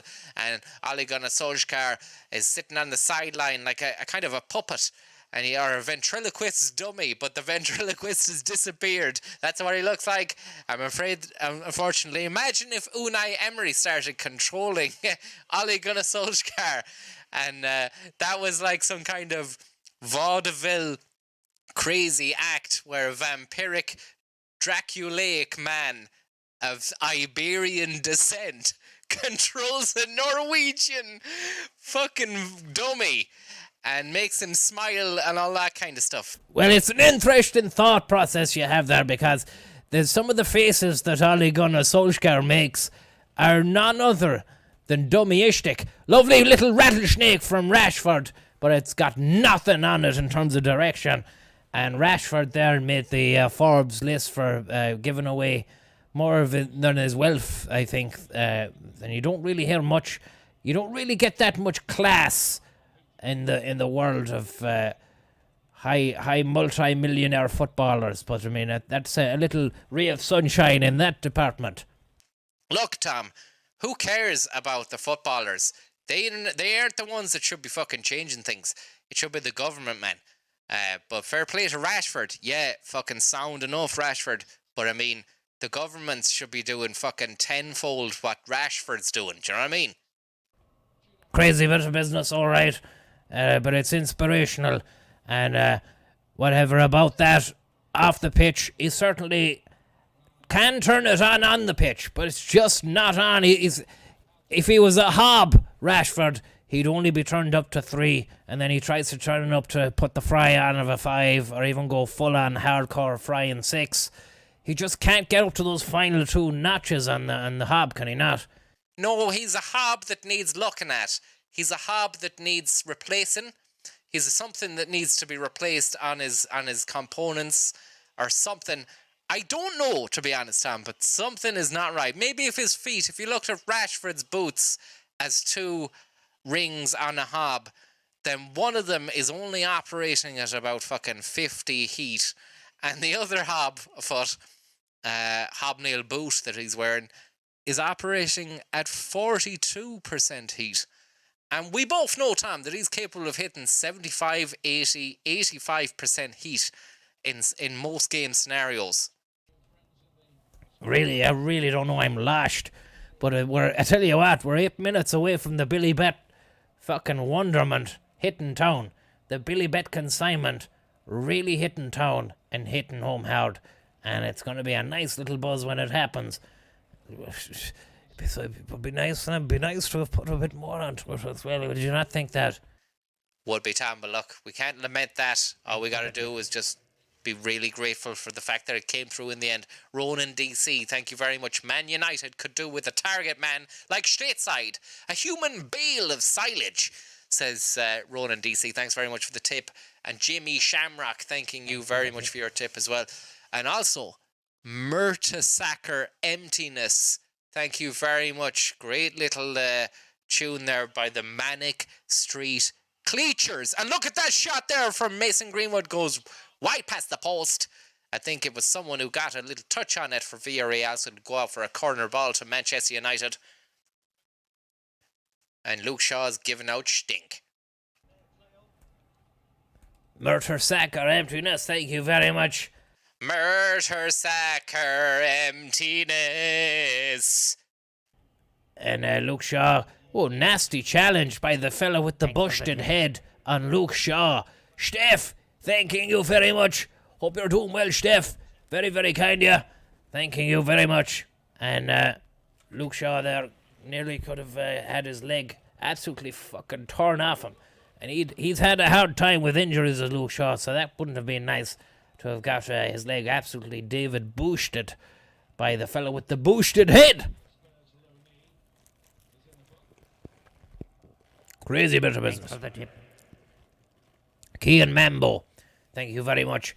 Now, 84 minutes. Fernandez wants to take this free kick on the edge of the Villarreal area. And he's rolling his eyes as if to say Luke Shaw is taking charge of it. If you ask me, it's a Bruno ball all the way. Thanks for the tip. It should be a Bruno ball. Luke Shaw fucked up the last one. Wasn't a great scenario. And there's a lot of consternation. He looks frustrated. He shouldn't really be the man stepping up to take this. It should be Fernandez. Hopefully they have sense and give it to Fernandez. But hopefully not. Hopefully it is Shaw because we want it to end 1-1. So I don't know what's going to happen here. Thanks very much, Tommy Kind to the Moon and Kean Membo. We'll get to your messages in a moment. And Steph, thank you very much. Bruno Fernandez puts the ball into the middle. Heads go up. Tries to do a fucking acrobatic. But it was more aerobatic than acrobatic. It had Aramat on it. That bicycle kick there from McTominay or one of the lads. Not ill-suited to such aerobicism. And the ventriloquist, Norwegian ventriloquist dummy sits at the side hatch, dejected, as the Draculaic vampiric Unai Emery, the ventriloquist himself, stalks and prowls the pitch, just looking for any fresh blood to sink himself into. And the kick comes out. It's a goal kick, 85 minutes from Villarreal, welterweighted up to the pitch. And there's a lot of scrappy ball being played now. Tired legs, tired minds. But McTominay, not tired seemingly, bolting down the middle of the pitch, brings the ball fucking 20 yards into the fucking opponent's area, gives it to Rashi, who falls over, and it's the fellow with the busted head who fucking takes it off him as well. Falls to Paul Pogba. Luke Shaw is a big, weighty fella, but he's still got a good touch on him. Thanks very much, Daryl Kelly, for the tip. Well, Tommy, wondering if I have permission to bring Tommy Kind to the masses of Drada with the help of Kean Marble. Also, please read out his message. Okay. Thanks very much, lads. Tommy Kind to the Moon. Join the stream late. Do you endorse Tommy Kind website that has been set up in recent days? I don't know anything about any websites, lads. I can't endorse any Tommy Kind website unless it's been made by me. So if there is a Tommy Kind website out there, don't believe the hype. That is probably a HSE scammer who wants to take your money. Watch out. If they're claiming to be me, if somebody is ringing your phone, or if somebody's making a website saying it's Tommy Kind, it's legit, and it's got any of my imagery on it or anything like that, you need to realize these guys are probably part of a Russian-based cyber crime group, which isn't Russian, but is operating within Russia, according to alleged findings. But thanks very much there for the tip, lads, and all the best with any of your future endeavours. At the moment, it's 1-1. Edison Cavani to score any time. Final score after 90 minutes, 1-1. 16-1, Francis Higgins. You shook 25 cents on that before the match. You happy, man? Oh, over the moon at the moment, Tom. Gambling from prison, it's not easy. You need to find people who can set that up. Fortunately, BILLYBET is the type of app that just has a community ready and waiting to facilitate global bets and bank transfers and payments and everything. It's an amazing community. It's a great community. That's the best thing about the app, is what I can say. It's all about the community for me. So friendly, such chill vibes, and it's an all-inclusive scenario, and you can gamble floor to floor, wall to wall. Make up the bets your fucking selfie and just send them into an FAQ. Email the bets to BILLYBET Ask them if for a price. They can only say no. What you don't ask for, you don't get. Billy Bet, Billy Bet, Billy Bet all night long. Here's McTominay down the right-hand side flank. He's got Bruno Fernandes asking for a ball. He puts a launcher right into the rocket launcher side hanch of Marcus Rashford. Now, doing a little jig on the side of the box. Out to Luke Shaw. Puts it into the 6-yard. Pogba with the header and it goes over the bar. Pogba slams the ground with his fists as if to say, that's not right. What happened there is not right. And it was a Manchester United move which nearly got the final winnings. Let's just crack open a second bottle there, because I believe that we're going to be going to a later game, and we also want to celebrate the final score. So just give us one moment there, folks. Mobile Bass, Mobile Bass. Mobile Ozil, yeni technology. Rocky Peace Bars in your skorana. Her njern. Oi, Olan, 30 TL. 1000 TL percent 100. Turkey Ninlik. Mobile Bahis Sebdin. Mobile Bahis. Mobile Ozil, yeni technology. Rocky Peace Bars in your skorana. Her njern. Oi, Olan, 30 TL. 1000 TL percent 100. Turkey Ninlik. Mobile Bahis Sebdin. Mobile Bahis. Extra time looming here. Extra time looming. 90 minutes played. 3 minutes left of injury time. Marcus Rashford trying to get something out of this. The referee is blown up. There was probably an offside or something. I couldn't tell you because I was out trying to liberate another beer from the fridge. And try as I might, try as I did, that's happening. The yellow-clad fans of Villarreal are standing up and singing. They'll be happy with this at the moment. They'll be very happy with this at the moment, Tom. They'll be very pleased, but they'll actually want to go the final furlong and take the trophy back to fucking Spain with them. Whereas the United fans think they're going to take it by virtue of being United. It's a crazy bit of business. I'm glad to be witnessing it, especially if it stays 1-1 with Edinson Cavani having been an anytime goal scorer at a 16-1 fucking punt shot. Fiat Punto. Crazy bit of business going on at the moment. The yellow submarine is sitting down on the ground, just having a nap. Napper Tandy. Taking her handy. And Unai Emery is looking supercharged on that goal touchline. He looks like a different man compared to the shadow of his former self when he was at Arsenal. And didn't look like he inspired much. But this is inspirational from Villarreal. Another attack on the Manchester danger zone. The ball is put wide and high over the bar. And frustration abounds there from Unai Emery as Pau takes a seat back nearly when he takes the shot, which makes that ball fly high into the sky. Flying high into the sky tonight. Villarreal shots are looking shite. And it's David De Gea with 1 minute left of regulation of injury time, launches the ball forward in a massive pound cake of a goal kick. It meets the head of a strong, tall-looking centre-half for Villarreal. It falls down to Luke Shaw, and then into the maestro, Pogba, who holds on to it and blasts it out wide, switches play to Wan-Bissaka on the right wing, finds Greenwood. Greenwood is going to go off on a little run down that right wing.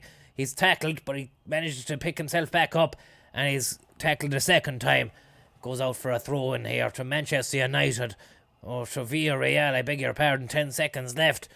It's looking like that could have been the last chance of the 90 minutes here for Manchester United to get something on the goal, as that throw-in is about to be taken now. And then we're looking, it's pissing down in Gdansk. We're looking at another half an hour of play. And that's it! That is it! The ref... 60-1, Tom! We fucking did it. Edinson Cavani, anytime, son Cavani. Anytime, son. You just call me. That's what Edinson Cavani was saying to me after the match there when it finished, having scored 1 goal at any time during the fucking thing, and also 1-1 after 90 minutes. I guessed it. I knew it. And that's the power of Billy Bet. Crazy bit of Billy Bet winnings. I believe you stood to gain. Fucking, what did you put on it? You might win €3, or it could be 6, is it? Could be 6, Tom. Could be €6. And I'm really fucking happy about that. And it's only going to look even better now as well when we go into this second half. And, you know, you have a few Billy Bets backing you up. It's quality living. Daryl Kelly, thank you very much for the tip. Tommy, help. Lost the wife and kids. I'm in a Tommy Coin investment with Kian Mambo. What do we do? I'm not sure, lads. You need to try and get your family back. Okay? It's very important. You need to remember to get your family back. Don't gamble them away on anything. Somebody says, you know, we'll take the family.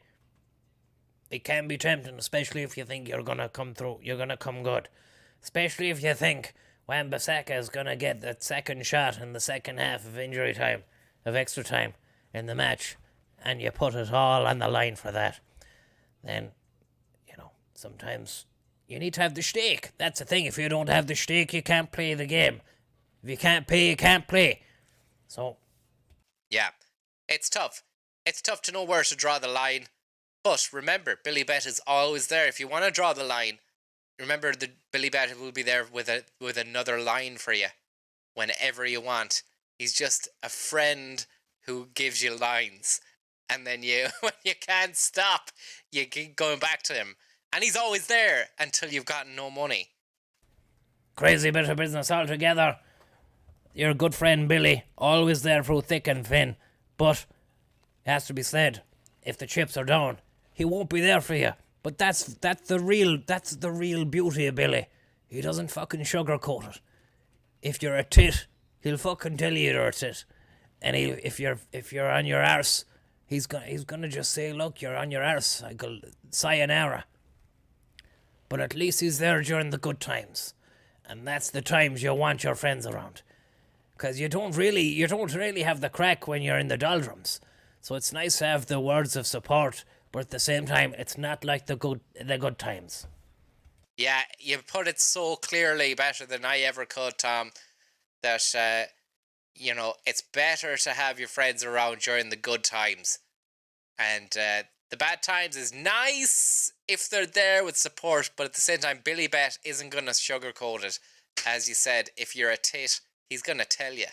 And then you're going to have to just come to terms with that ego-crushing revelation where you end up having a fucking nervous breakdown and then coming back stronger than ever. Resilient, bulletproof. Life learned, lessons learned.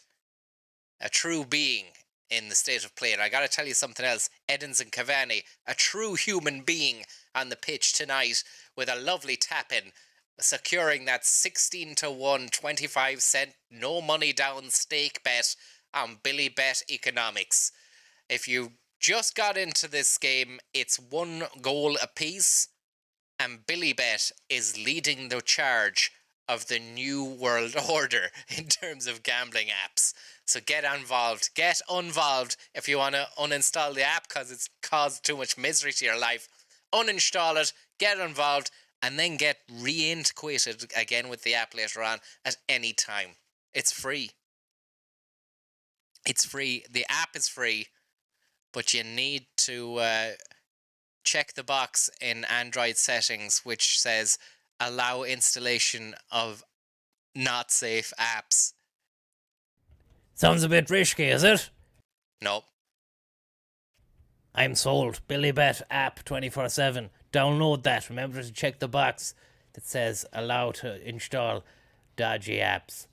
It's not dodgy. It's just red tape, isn't it? It's just red tape, Tom. Just fucking check that box, install the app, send your bank details to either me or that other fella, Padre.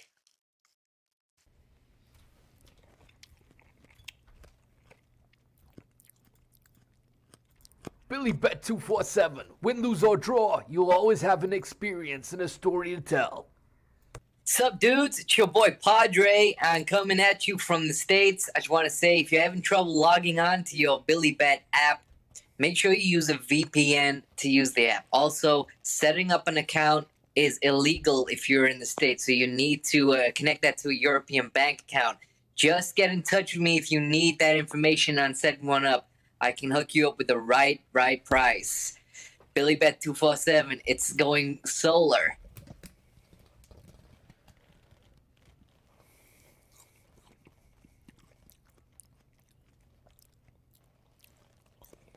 Sorry, I didn't realize we were back on air there. Villarreal. They don't have the ball. Man, you do. McTominay. Thank you very much there for the tip. Daryl Kelly, thank you very much. Kian Mambo. And Steph. Hope you're doing well, lads. Pogba. Out to Lindelof. Lindelof. Out to Rashford. Rashford. To Lindelof. Back to Shaw. Back to Lindelof. Lindelof. Back to Bailly. Tries to find McTominay, but it's a weak piss ball. Scooped up by Pogba, who finds Rashford on the danger area.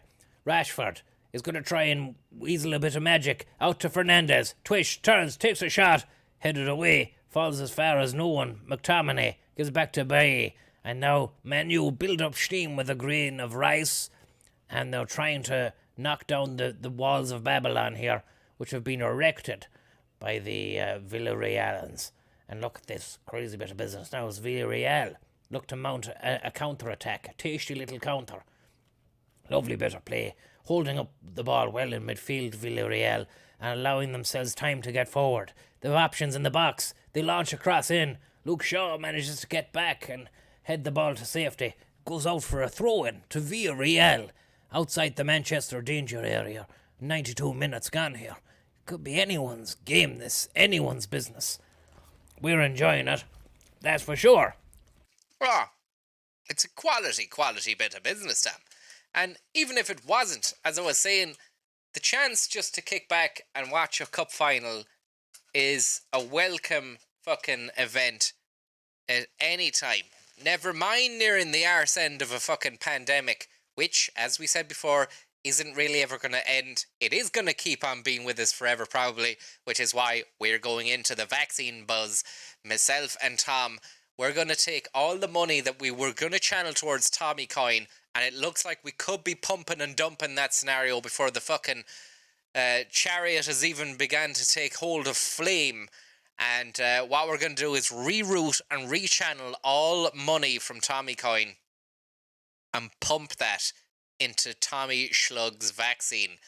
It's a crazy bit of business, Tom. BILLYBET247. Win, lose, or draw. You'll always... Yeah, we actually don't know what's going into the vaccine yet. But that's the same. We actually don't know what's going into the vaccines that we're getting anyway. So what's the difference? You might as well take the Schlug vaccine. And we're going to have a little bit of apple cider vinegar.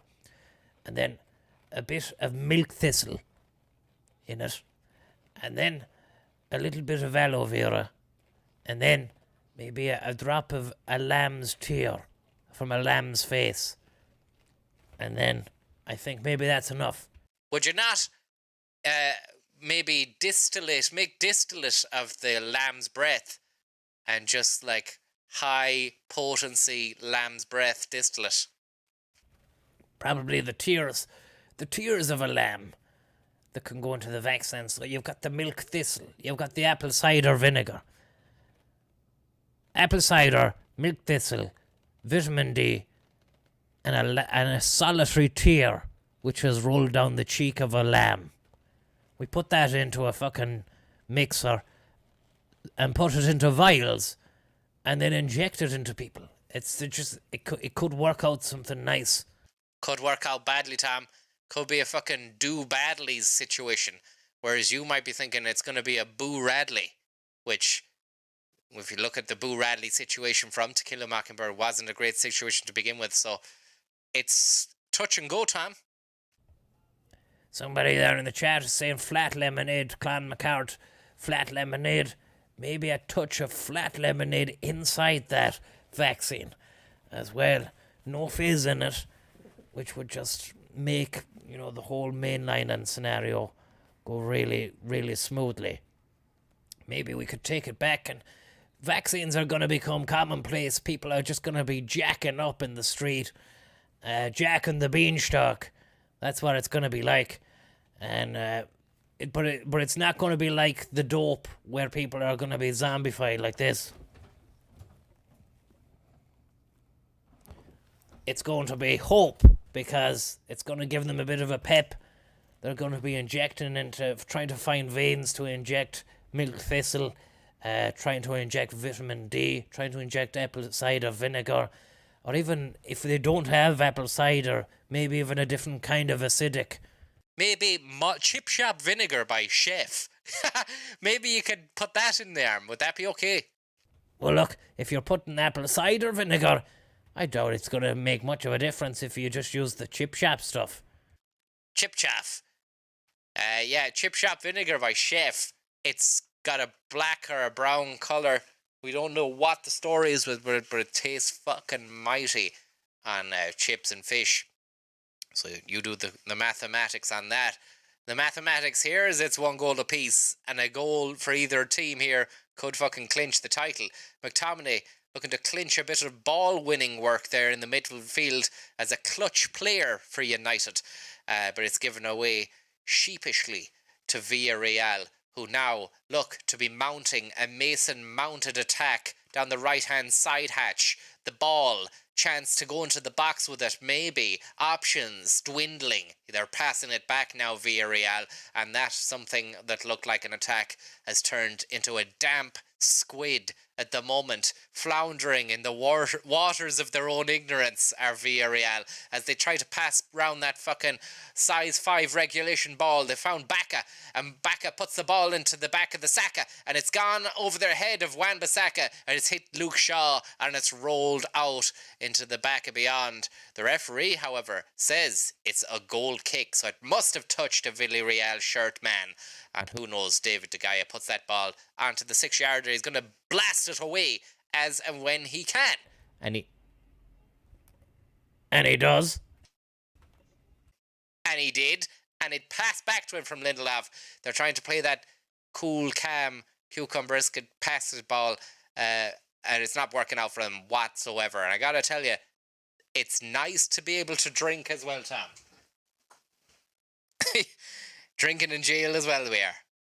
That's fucking incredible, because I just reached for a bottle the same time you said you've started drinking in jail as well. Here come. Oh, Villarreal. Chance would be a fine thing. They had a chance, and the shot was not a fine thing. It was terrible. Bad scenario there from the Villarrealese.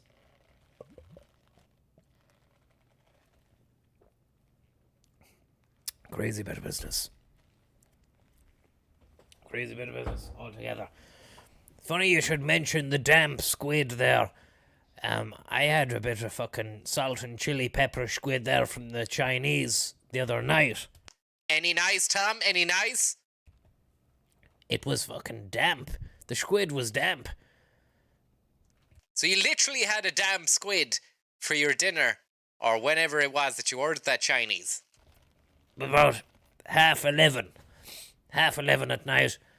I wanted some snacks, so I put in the order of a care package, the usual Tommy Schlug care package of 11 o'clock at night. Sorry, Tom, that's the fucking bet. Sorry to... Anyway, and again, sorry. Oh, Villarreal, chance over the bar. I said I wouldn't burp or belch for the rest of the stream, but you know what I mean. It just went that way. And Fred is about to come onto the pitch now. He is coming on to replace Mason Greenwood. The young fella, Mason Greenwood, has seen the end of his final match for Man U, or the final, the UEFA Cup final, sure. Get it together, Francis. This really is a disappointing analytical commentary that you're providing. Sure, I'm on the fucking beers, like. What more can you do? This is a game of football, like, you know, what are you after? You want the real shit, is it? Put on the telly and listen to the boys who played the match. Wax lyrical. If you want the 2 cents from a salt of the earth criminal, then you've come here and you're listening to it right here, right now. And I gotta tell you something. Man U are trying to contain Villarreal at the moment. Contain them on 100 minutes gone. And it's looking like they can't contain them. Wind it up, thank you very much. Very, very, very kindly. I hope you're doing well. What time is that, Aidan? Thanks for a quick response, says Jay Dunn. Let's have a look. What was Aidan's thing? Billy Ross, each way mayor of Easttown, says Aidan. And what did Jay Dunn say? I've gotten my Polish house clean. Oh, Jesus Christ. All right, yeah. Fucking it. And that's why you shouldn't read the chat, really. It always just descends into a bloody... an anecdote about someone getting someone else up. That's not right. Bit of consternation there in the chat, is it?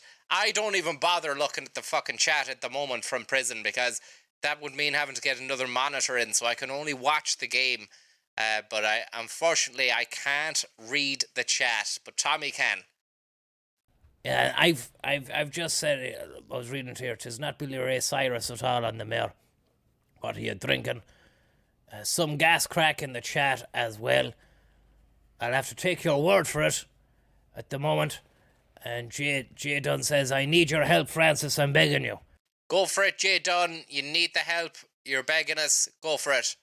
We want to hear all about it. Yeah, we're waiting there. We're waiting for Jay Dunn to respond. Now, Villarreal, chance for a rattlesnake on the edge of the box. It's not working out for them. Counter-attack from Man United. Rashford can't get to it on time. And it's gone a big one. Falling to Cavani, though. Tricky attacker. And he's lashed the ball. Villarreal scramble. Both teams are scrambled eggs at the moment. Unable to really get anything meaningful together. Both teams are defending well. Crazy bit of business.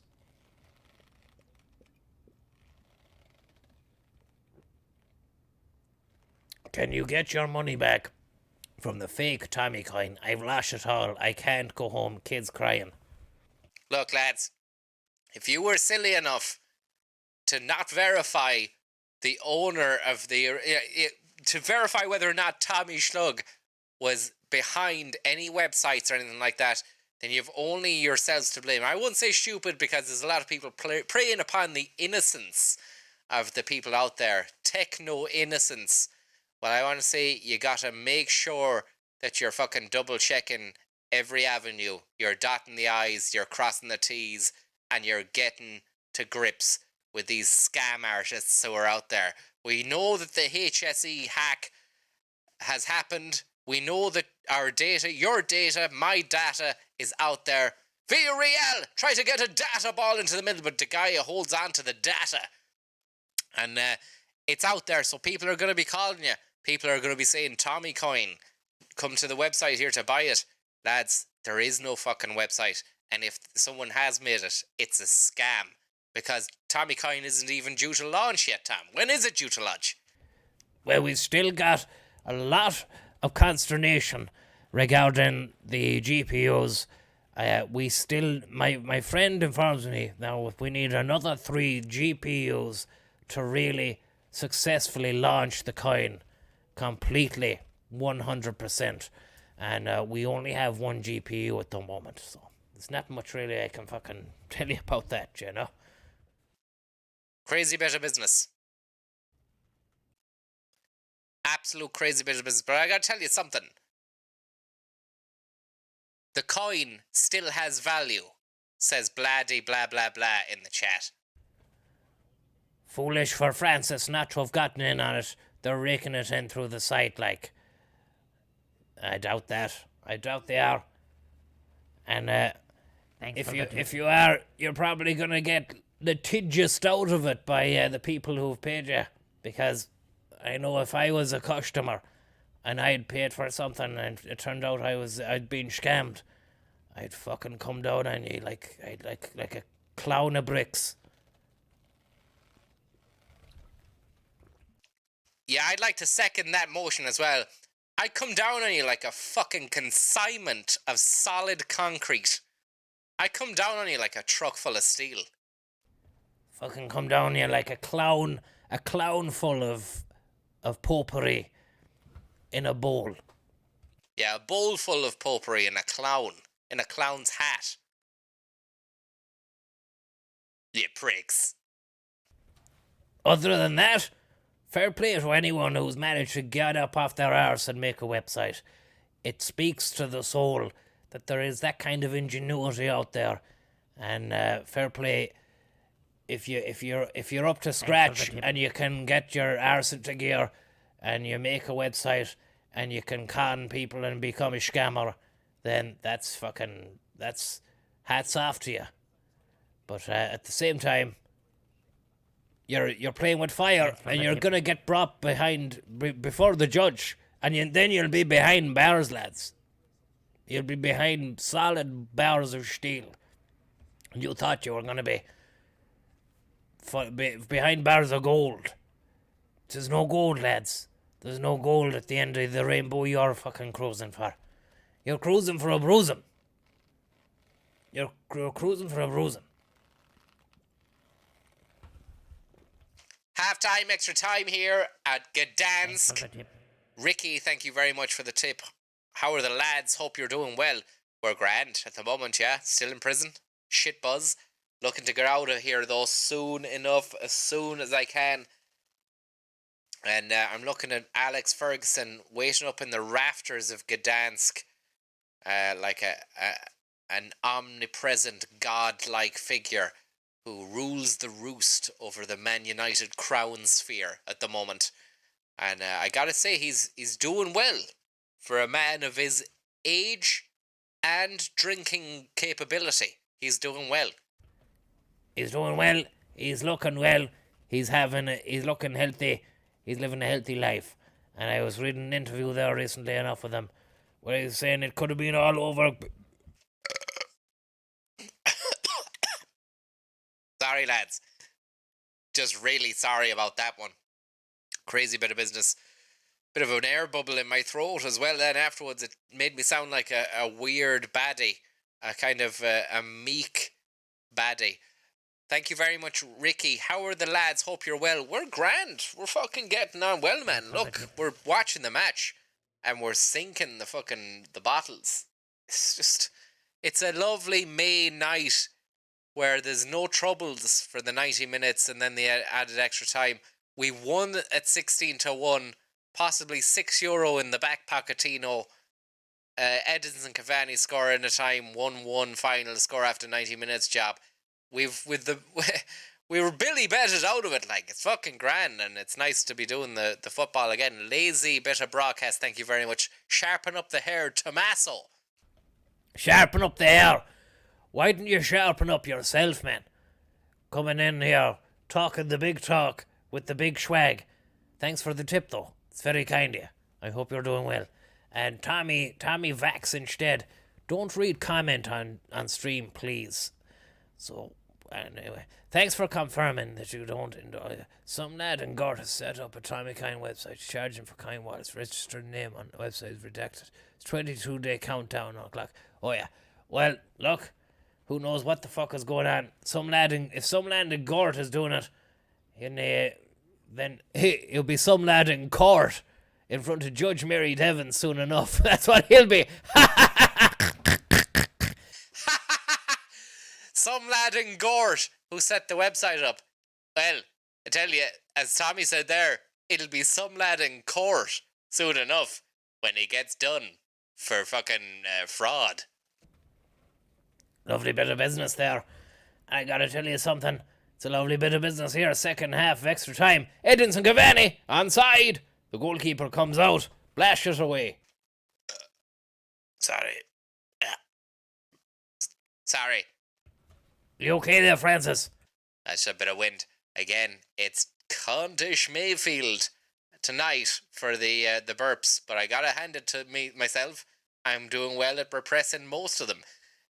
Unfortunately, you are still hearing 10 to 15% of the burps that are making their way out of my body. I'm managing to subterfuge my way out of the rest of them by turning off the mic, leaning away from the mic as I breathe out, and sometimes just occasionally switching to the adverts that we have while going on an epic belch fest. Mobile Ozel, yeni technology. Rocky Peace Bars in your skorana. Hern yard. Oi, Olan, 30 TL. 1000 TL percent 100. Turkey Ninlik. Mobile bahis Sebdin. Mobile bahis. Mobile Ozel, yeni technology. Rocky Peace Bar. Mobile Bahis, the world leader in Turkish betting syndicates. And I gotta tell you something. I thought I'd had it with gambling. But then I found out about the Turkish betting syndicate. I thought, fucking hell, just when I thought I was out, lads, you reel me back in. And it's great. I don't know if you're into problem gambling yourself, but I do be having... I love a flutter on the fucking Argentinian soccer at 2:30 every weekday Tuesday. And BILLYBET is the kind of app that really helps facilitate those deals because there's no fucking checkup on you. And they don't do that kind of reminder of, when you put too much in. They do a reminder that you haven't put any money in. You know, when you get a notification... Oh, Rashford! Fucking hell, chance for him to score a goal there. The good thing about the BILLYBET app is that they alert you when you haven't been gambling. You know, it's like it's been a day or two. You haven't put any bets on. What's the story? Maybe you want to get involved in this 9-2 price that we've put on. And Sebi Baladeras making the fucking Golden Eagle at the 17th in Van de Beek. Thank you very much, Herbal Blumenthal, for the tip. And great Craig, as always, mate. I hope you're doing well. Seam at the sack. Thanks very much. Any BILLYBET odds on when the Gruig will get the chop, lads? Tom? Yeah, look, any BILLYBET app and any BILLYBET odds on whether or not this situation, let's call a spade here. It's a situation which has got out of control. Any odds on when that's going to be clipped or chipped, we don't know, because we're not particularly sure what's going to happen. But Dan James is having to study a load of paperwork and bump at the side of the pitch there. A load of assistants to the manager have given Dan James a ring binder which has laminated sheets of paper on it which show formations, strategies, plays, and whatnot. All we do know is that Rashford is coming off and maybe Dan James is going to get involved there. And I believe you have something to say about Dan James, Tom. Francis.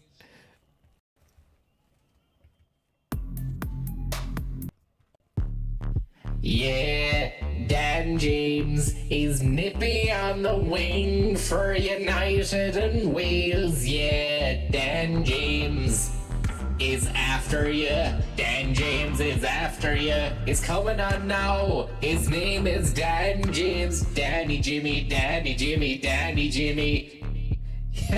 The round Wales, they call him Danny Jimmy, Danny Jimmy, Danny Jimmy. Edinson Cavani leaves the ball off to Shaw, yeah. And Shaw gives it back to Fred, who puts it into the middle of the fucking pitch. And they lose the ball to Villarreal, who are gonna do a little counter-attack now. And a lovely floated ball up to the front line. Glancing header leaves it on just fine. Lovely chance for Villarreal, but McTominay covers well. Gives it to Bruno Fernandes, who leaves it back to Wan-Bissaka and crack a ball. Wan-Bissaka and crack the ball into the midfield. Villarreal really feeling the deal tonight. And Villarreal are feeling the deal tonight.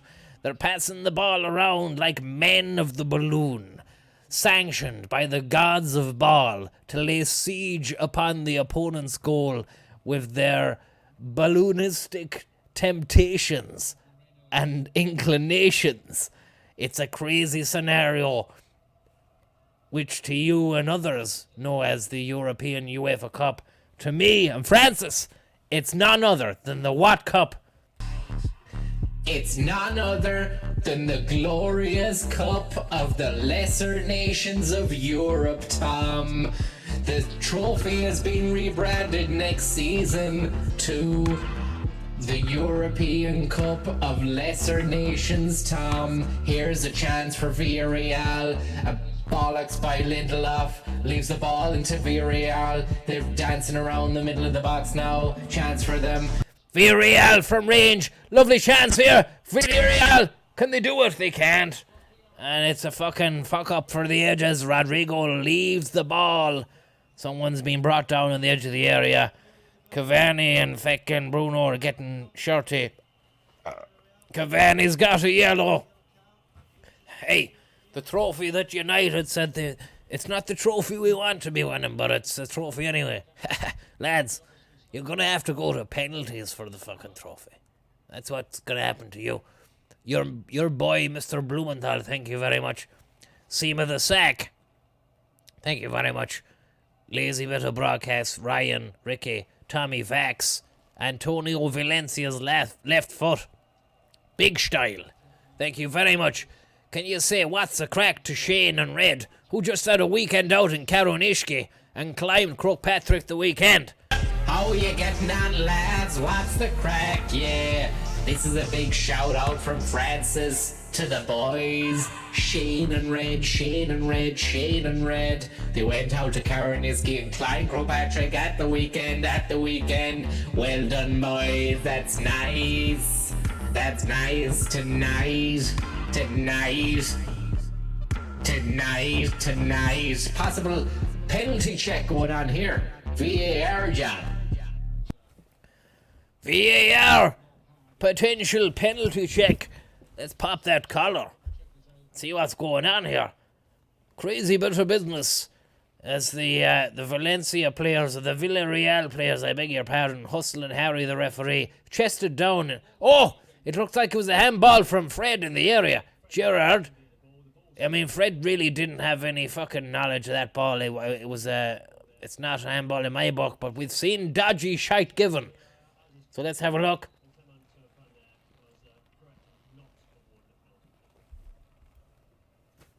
It's not a penalty. It's not a penalty.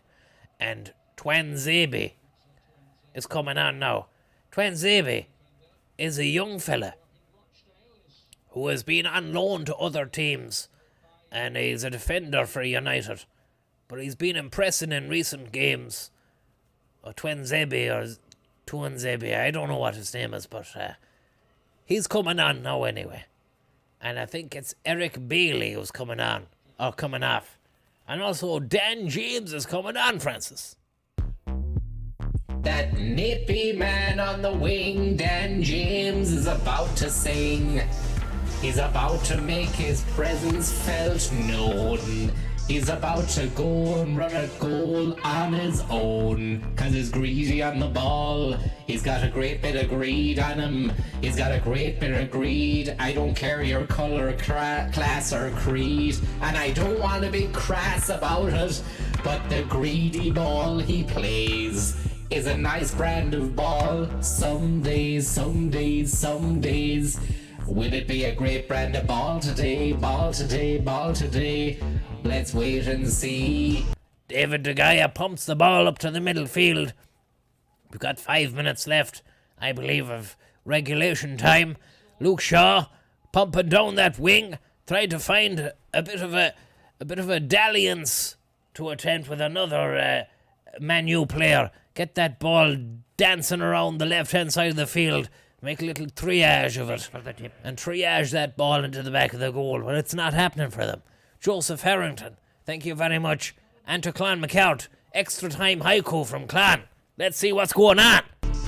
It's an extra time haiku from Clan McCart. Let's give that a little read now.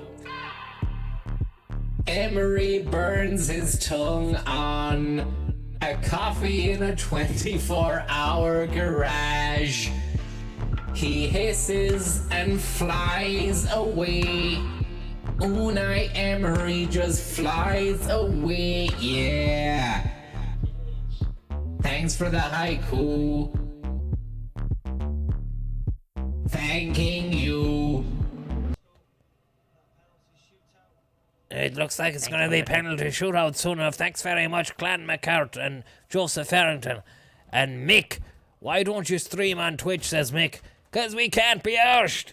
We can't be arsed. We tried it for a week or two. Then we were upset because people weren't getting a notification like they used to do on that YouTube.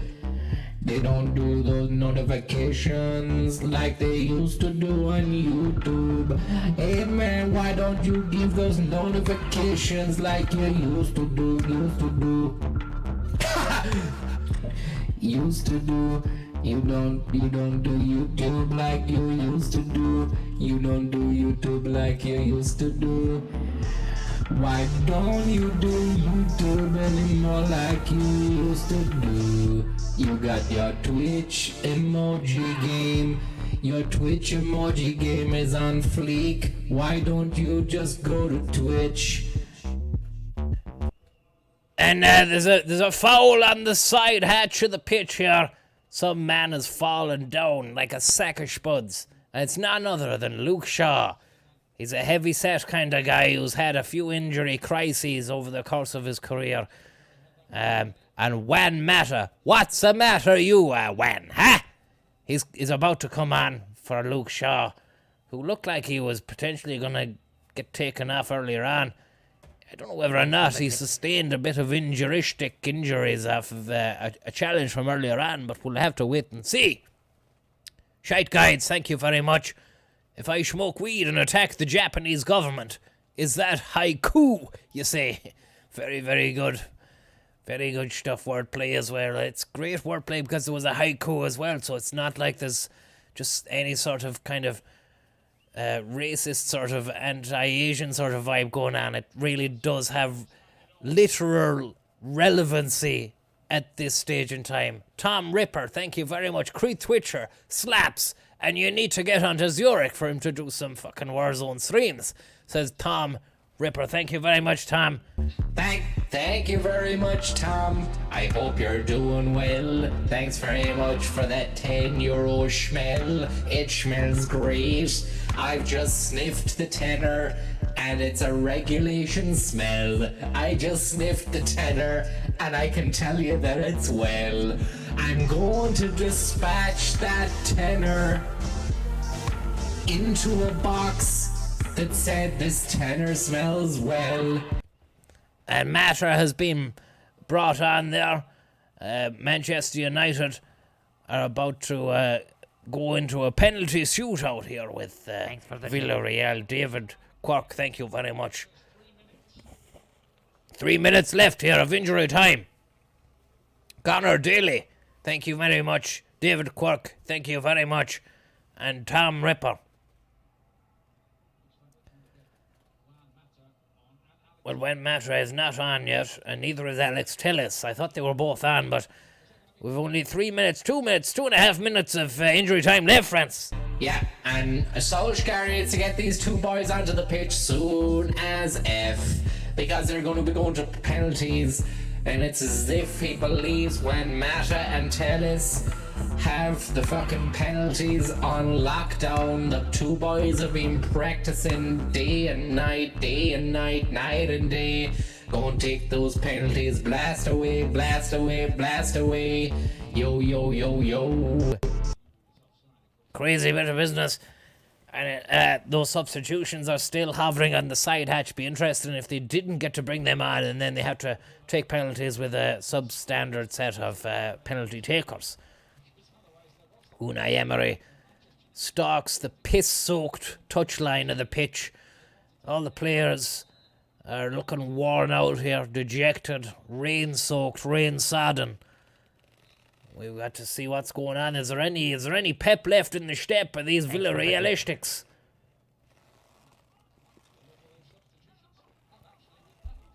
Throw-in to Man U. down there into the pitch. Big tripod, thanks very much. Trying to learn how to make the Kylian Mbappuccino. Any tips, lads? Well, look, you need to buy the beans, the Mbappuccino beans, sauce from the Bagugu tribe. You need to go and find a retail outlet which has won the tendering to host Mbappuccino's prize-winning range of barista-style coffee machines. I believe Mace won the tendering for that. But, look, it's not the end of the world. If you can't get Mbappuccino, maybe go and hit up your local cafeteria. May I recommend travelling to the heart of the country, to Tullamore, to visit the little coffee hut just outside Tullamore town. It's a crazy bit of business. Small little hut. Best coffee in the country. Best coffee in the country, and that's, I'm not blowing smoke. I'd tell you if it wasn't as good as what I thought it was, but it was every bit of good and more. So get on down to that shop and get on into that coffee bean. It's a crazy bit of business. Go up, Matrix, thank you very much. There's 0 seconds of injury time left. It's going to go to penalties, Francis. And when Matter enters stage left, and Alex Tellens too is on teletext, and I gotta tell you something, it looks like it's going to penalties, yeah. I don't care, I already won the €6, yeah. I bet 25 cents that Manchester United and Villarreal would be drawn 1-1 at the end of the game, and that Cavani scored. 60-1, I made that bet. BILLYBET. It's a great app. And now, the zip on the jacket of Emery goes up to the top. He's had enough of letting his suit get wet. His tie with the emblem of Villarreal etched onto it. It's the end of that. It's a wet suit he's wearing. He's wearing a wetsuit, but he's not going to be going scuba diving on it. Unless he ends up in a fucking sea of misery later on, having lashed the penalty shootout to Manchester United. Unai Emery is looking very, very shimmery at the moment as he goes into a fucking penalty shootout with the boys from Villa against the lovely lads from Man. Tom Ripper, thank you very, very much. Crazy bit of business, Francis. It's a crazy bit of business from Tom Ripper. Thank you very, very much for the slipper bomb. He dropped the slipper bomb. If you don't know what a slipper bomb is, it's my new word for €40 tips. €40 tips. They're in the shape of a slipper and they're wrapped up to the tits. In bomb material, we're talking Semtex. A latex-clad Semtex gimp about to blow up in your face. Don't watch out for the latex Semtex gimp. What's that? It's a brand new gimp that's just been released by society. It's a fully latex leather-clad Semtex gimp. A Semtex gimp. You better watch out what you do to him. You do the wrong thing and he's gonna blow up in your face tonight. Make sure you're wearing a bomb suit when you're taking on the leather-clad Semtex gimp on a Tuesday night. It might be Wednesday, but I'm feeling alright. Villarreal versus the Man Unite. They're getting in the huddle to make themselves feel right for a penalty shootout. A penalty shootout on a Wednesday evening in Gdansk. Good lad, good man, good dance, good lad, good man, good dance. How's your dad? Good dad, good man, good dance. How's your mom? We're looking pretty cool. The guy is looking schwank. And if he saves enough goal balls, he'll win the game for United and them all. And they'll go back to the hotel tonight with the trophy and a fully stocked fridge. And inside the cupboard in the hotel hotel lobby room is two massive balloons. And when you pop those balloons, what's inside? Well, I gotta tell you this, I gotta tell you true. I'm gonna tell you things that's not meant for you. There's a fully stocked fridge in the gaff, and there's a fully latex-clad leather Semtex gimp in the cupboard beside the bathroom.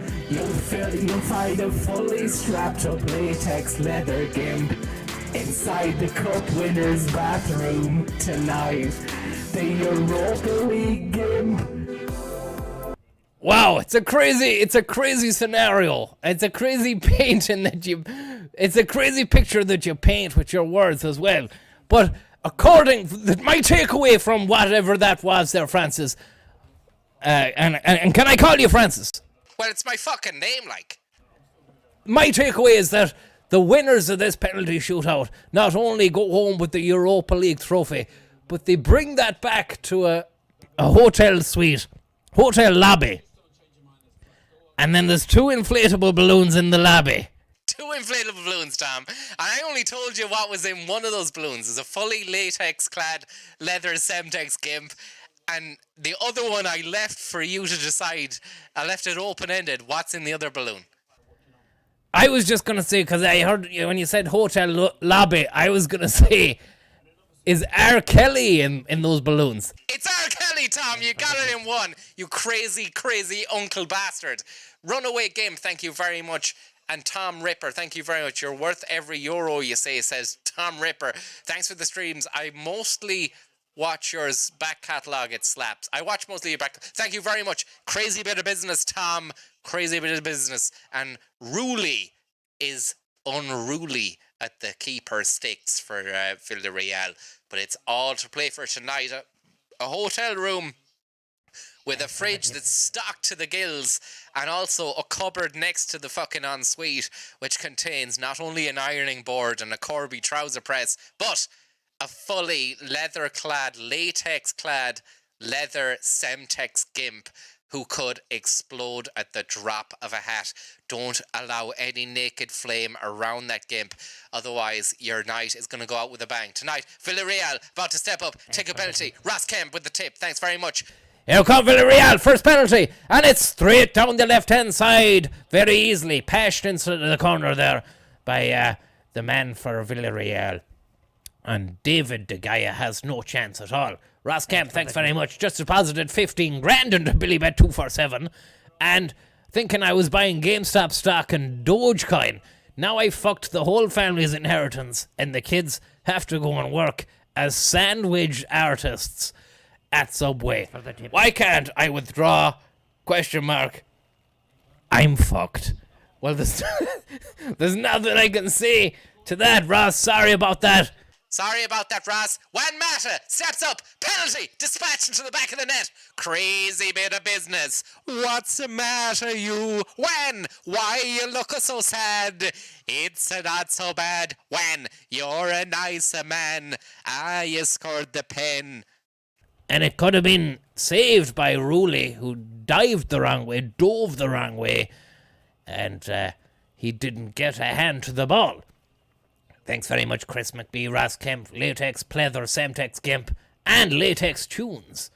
I hope you're getting on well, and that you're doing well. It's one penalty apiece here at the Gdansk Stadium as Villarreal step up. Oh! And he scores it. Puts it down the left-hand side, flank catcher. And it's 2 penalties taken for Villarreal and 2 penalties converted here. Crazy bit of business. Thanks for the tip.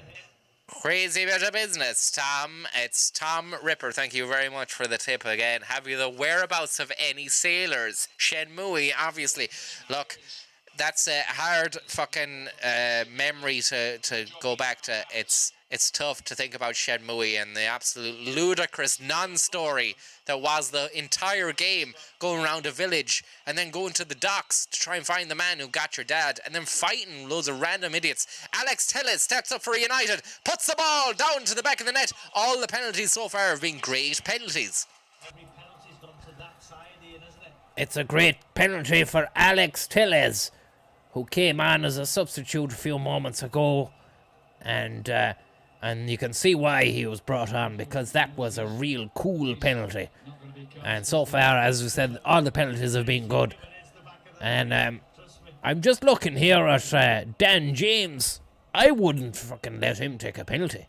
Yeah, it's a crazy one, but he's let him on anyways, so let's see how he gets on. But if I was to put money on someone missing, it would be DJ himself. Here come Villarreal. Oh, De Gea nearly gets a hand to it, and it's just creeps in the bottom left-hand side of the post like a creepy ball that you have your doubts about. Like, oh, he's a bit creepy. And then we can see it just rolls right into the fucking corner of the net. De Gea had fingertips to it. Every penalty's gone to that corner. And with everyone that scored, the pressure grows. Now, I think Bruno Fernandes, who scores a lot of penalty kicks for Manchester United during the season. Same text, Gimp, meetup, thank you very much. Who says meet at the Gulag at 12. Bruno Fernandes takes a penalty down to the left-hand side again. Each and every penalty has gone down to that left-hand side. Crazy bit of business. Will the next penalty taker go down that way? And your man, Gooley or Rooley, had a hand to it again. Just got a hand to it, but it wasn't enough to divert the course to that ball, that balloon, which goes right into the back of the goal sack. And 3 penalties have been taken by each side, and 3 penalties have gone into the back of the Onion sack. Here's Villarreal with their 4th penalty, and it goes right into the back of the Onion sack. Crazy bit of business. Right down the right-hand side. First penalty to go that way in all the penalties. And it was the 8th penalty it was the 7th penalty. And now Thanks for the tip. it'll be the 8th penalty taken by Manchester United. Pole Dog, thank you very much. The Orange men are good lads, you see.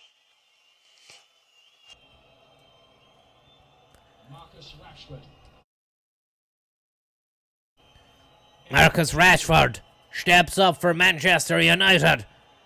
I hope he scores. Got a feeling he won't, but I mean, his conversion rate was pretty good.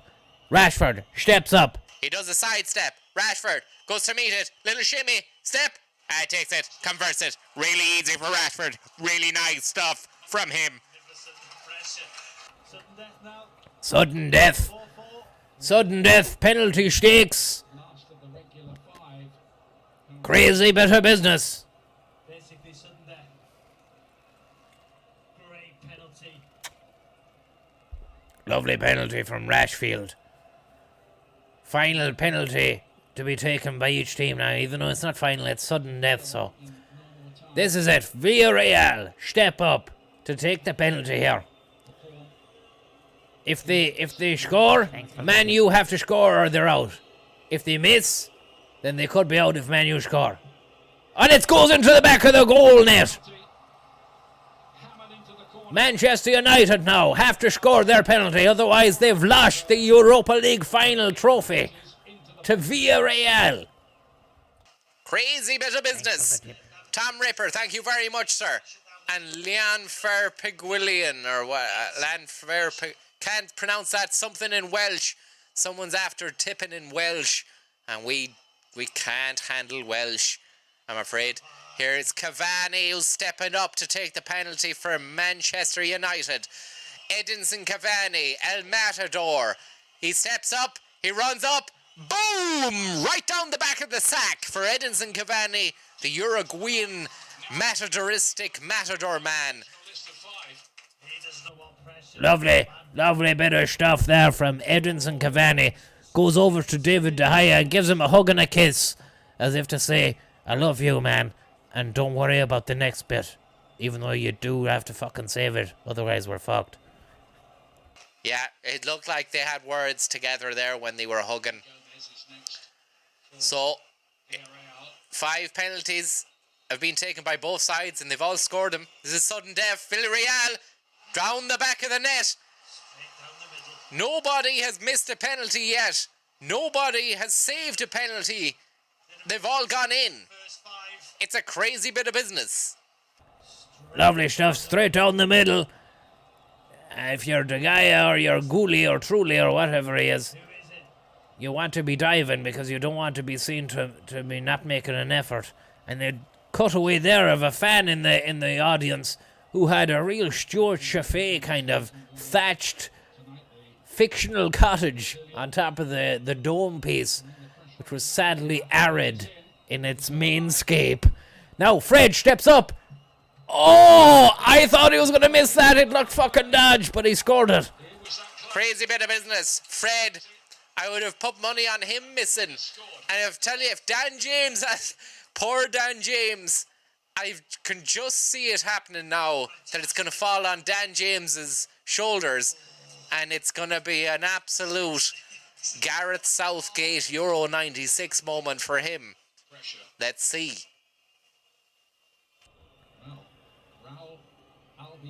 No, the fella who's a defender or a centre half or a fucking midfielder or a centre midfielder or whatever, he's a big fucker. He's standing up. He's taking the penalty. He rolls it in.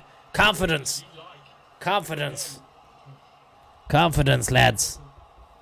And that's what it's all about, that fella there. He just rolled into town and just told the goalkeeper, this is what I'm doing. And you're not even going to be able to do anything about it.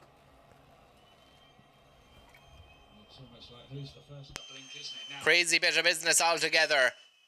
Manchester United must score this penalty now. If they don't, they've lost the trophy they said that they didn't want to win anyway.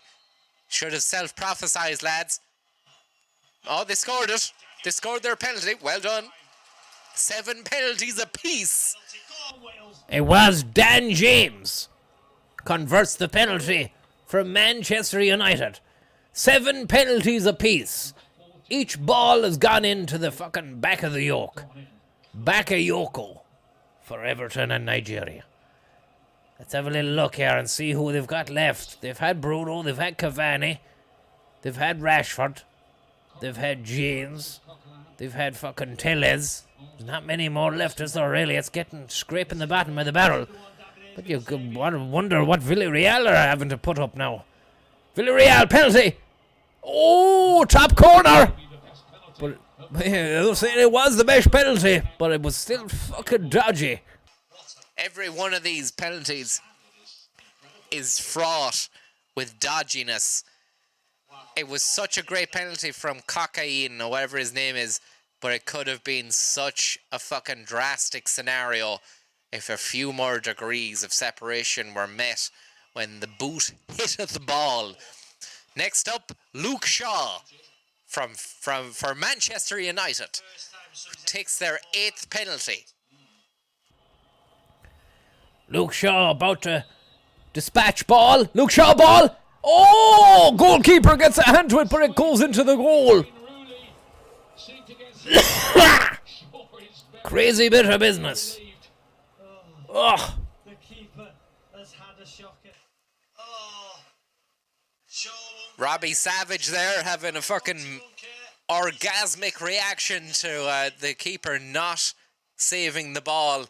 Crazy bit of business, but I suppose he is forced to make crazy statements because that's the job, isn't it? Tom Ripper, thank you very much.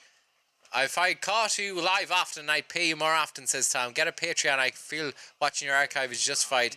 You're the best. Thank you very much, Tom Ripper. That's very, very kind of you. Tom. Thank you very, very much, Tom Ripper. Here's Villarreal. Penalty. Into the back of the net. Fucking 9 penalties each, man. When's this going to end?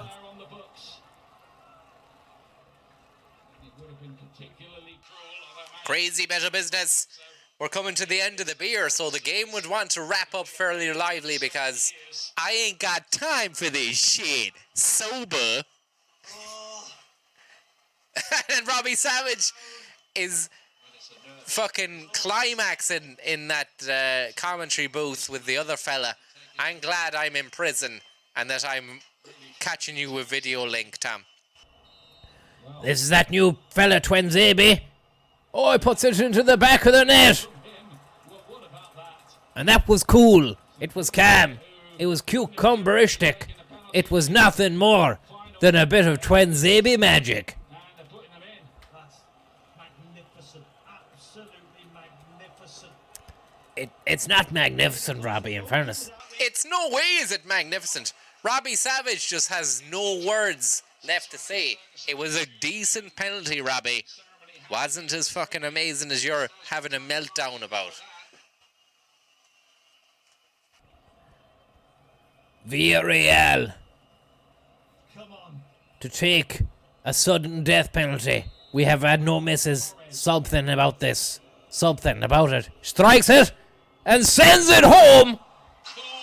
Winds it up and sends it home. I forgot. We were meant to be doing that for every fucking penalty. I know, that's been the trademark. The winds it up and sends it home. The chance has gone to say that 9 times, and I forgot every fucking time. Don't worry though. We could be going on. If it keeps going the way it is now, we'll be here in a few hours' time still fucking talking about this. It's a boring scenario. 10 penalties each is boring, lads. Wrap it up. Lindelof, and he fucking puts it into the back of the goal. Winds it up and sends it home. Crazy bit of business. Unai Emery, the vampiristic fucking Dracula man, Drac Adams, stalks the fucking touchline like a blood-hungry sucker from the land of Eastern Europe. Yeah. Crazy. Now the goalkeeper is standing up to take a penalty. It's Gooley. Gooley. Gooley. And Gooley scores for Villarreal. It's a goal for the goalkeeper who plays for Villarreal. And he scored the goal. David De Gea was the goalkeeper who couldn't save that goal. And what a goal from Rooley, who truly believes in his ability to rule the fucking roost of the goal. And now David De Gea is coming up. Is he going to do it? Is he going to make Manchester proud of him once more? Let's see. Let's see what happens. De Gea stands up and he's fucked it. He's fucked it. And that's it. Villarreal have won. Manchester United have fucked it. And they said that they would. It wasn't the trophy that we were wanting to win, lads. Well, you didn't win it. You didn't win it, lads. It was shite.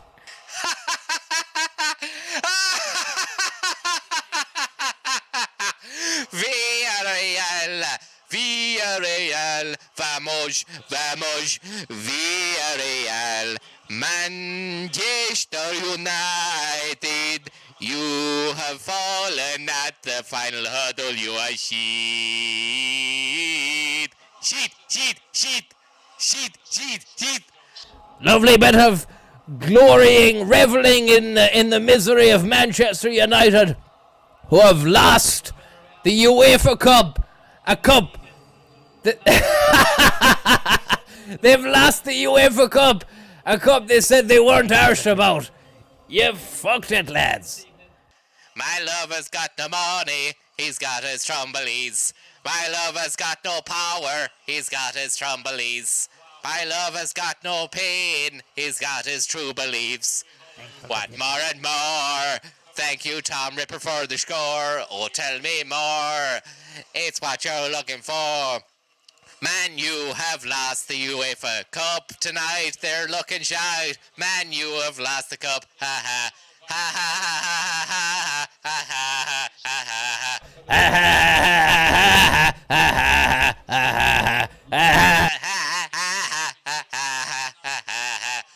Tom Ripper, thank you very much. I hope you're getting on well. Thanks for the tips, lads. Gdansk the night away. The referee has blown upon his magic piece of pies to signify the end of a glorious fucking match of soccer ball. We'll be back again for the European Cup final on Saturday night. Maybe the playoffs before that, Tom. What you want to say? Want to say it's been an emotional evening. It's been a lovely, lovely, lovely, lovely chill out time. Words can't express how happy and beautiful it feels to be able to watch the match and talk shite and watch it along with you. It's fucking great crack. We love it, and we want to see some more of it. We do want to see some more of it, and it's fucking great to see Man U get all the way to the final. Talk about how it's not the trophy they want to win, but will play anyway, and then they don't play to win the fucking cup.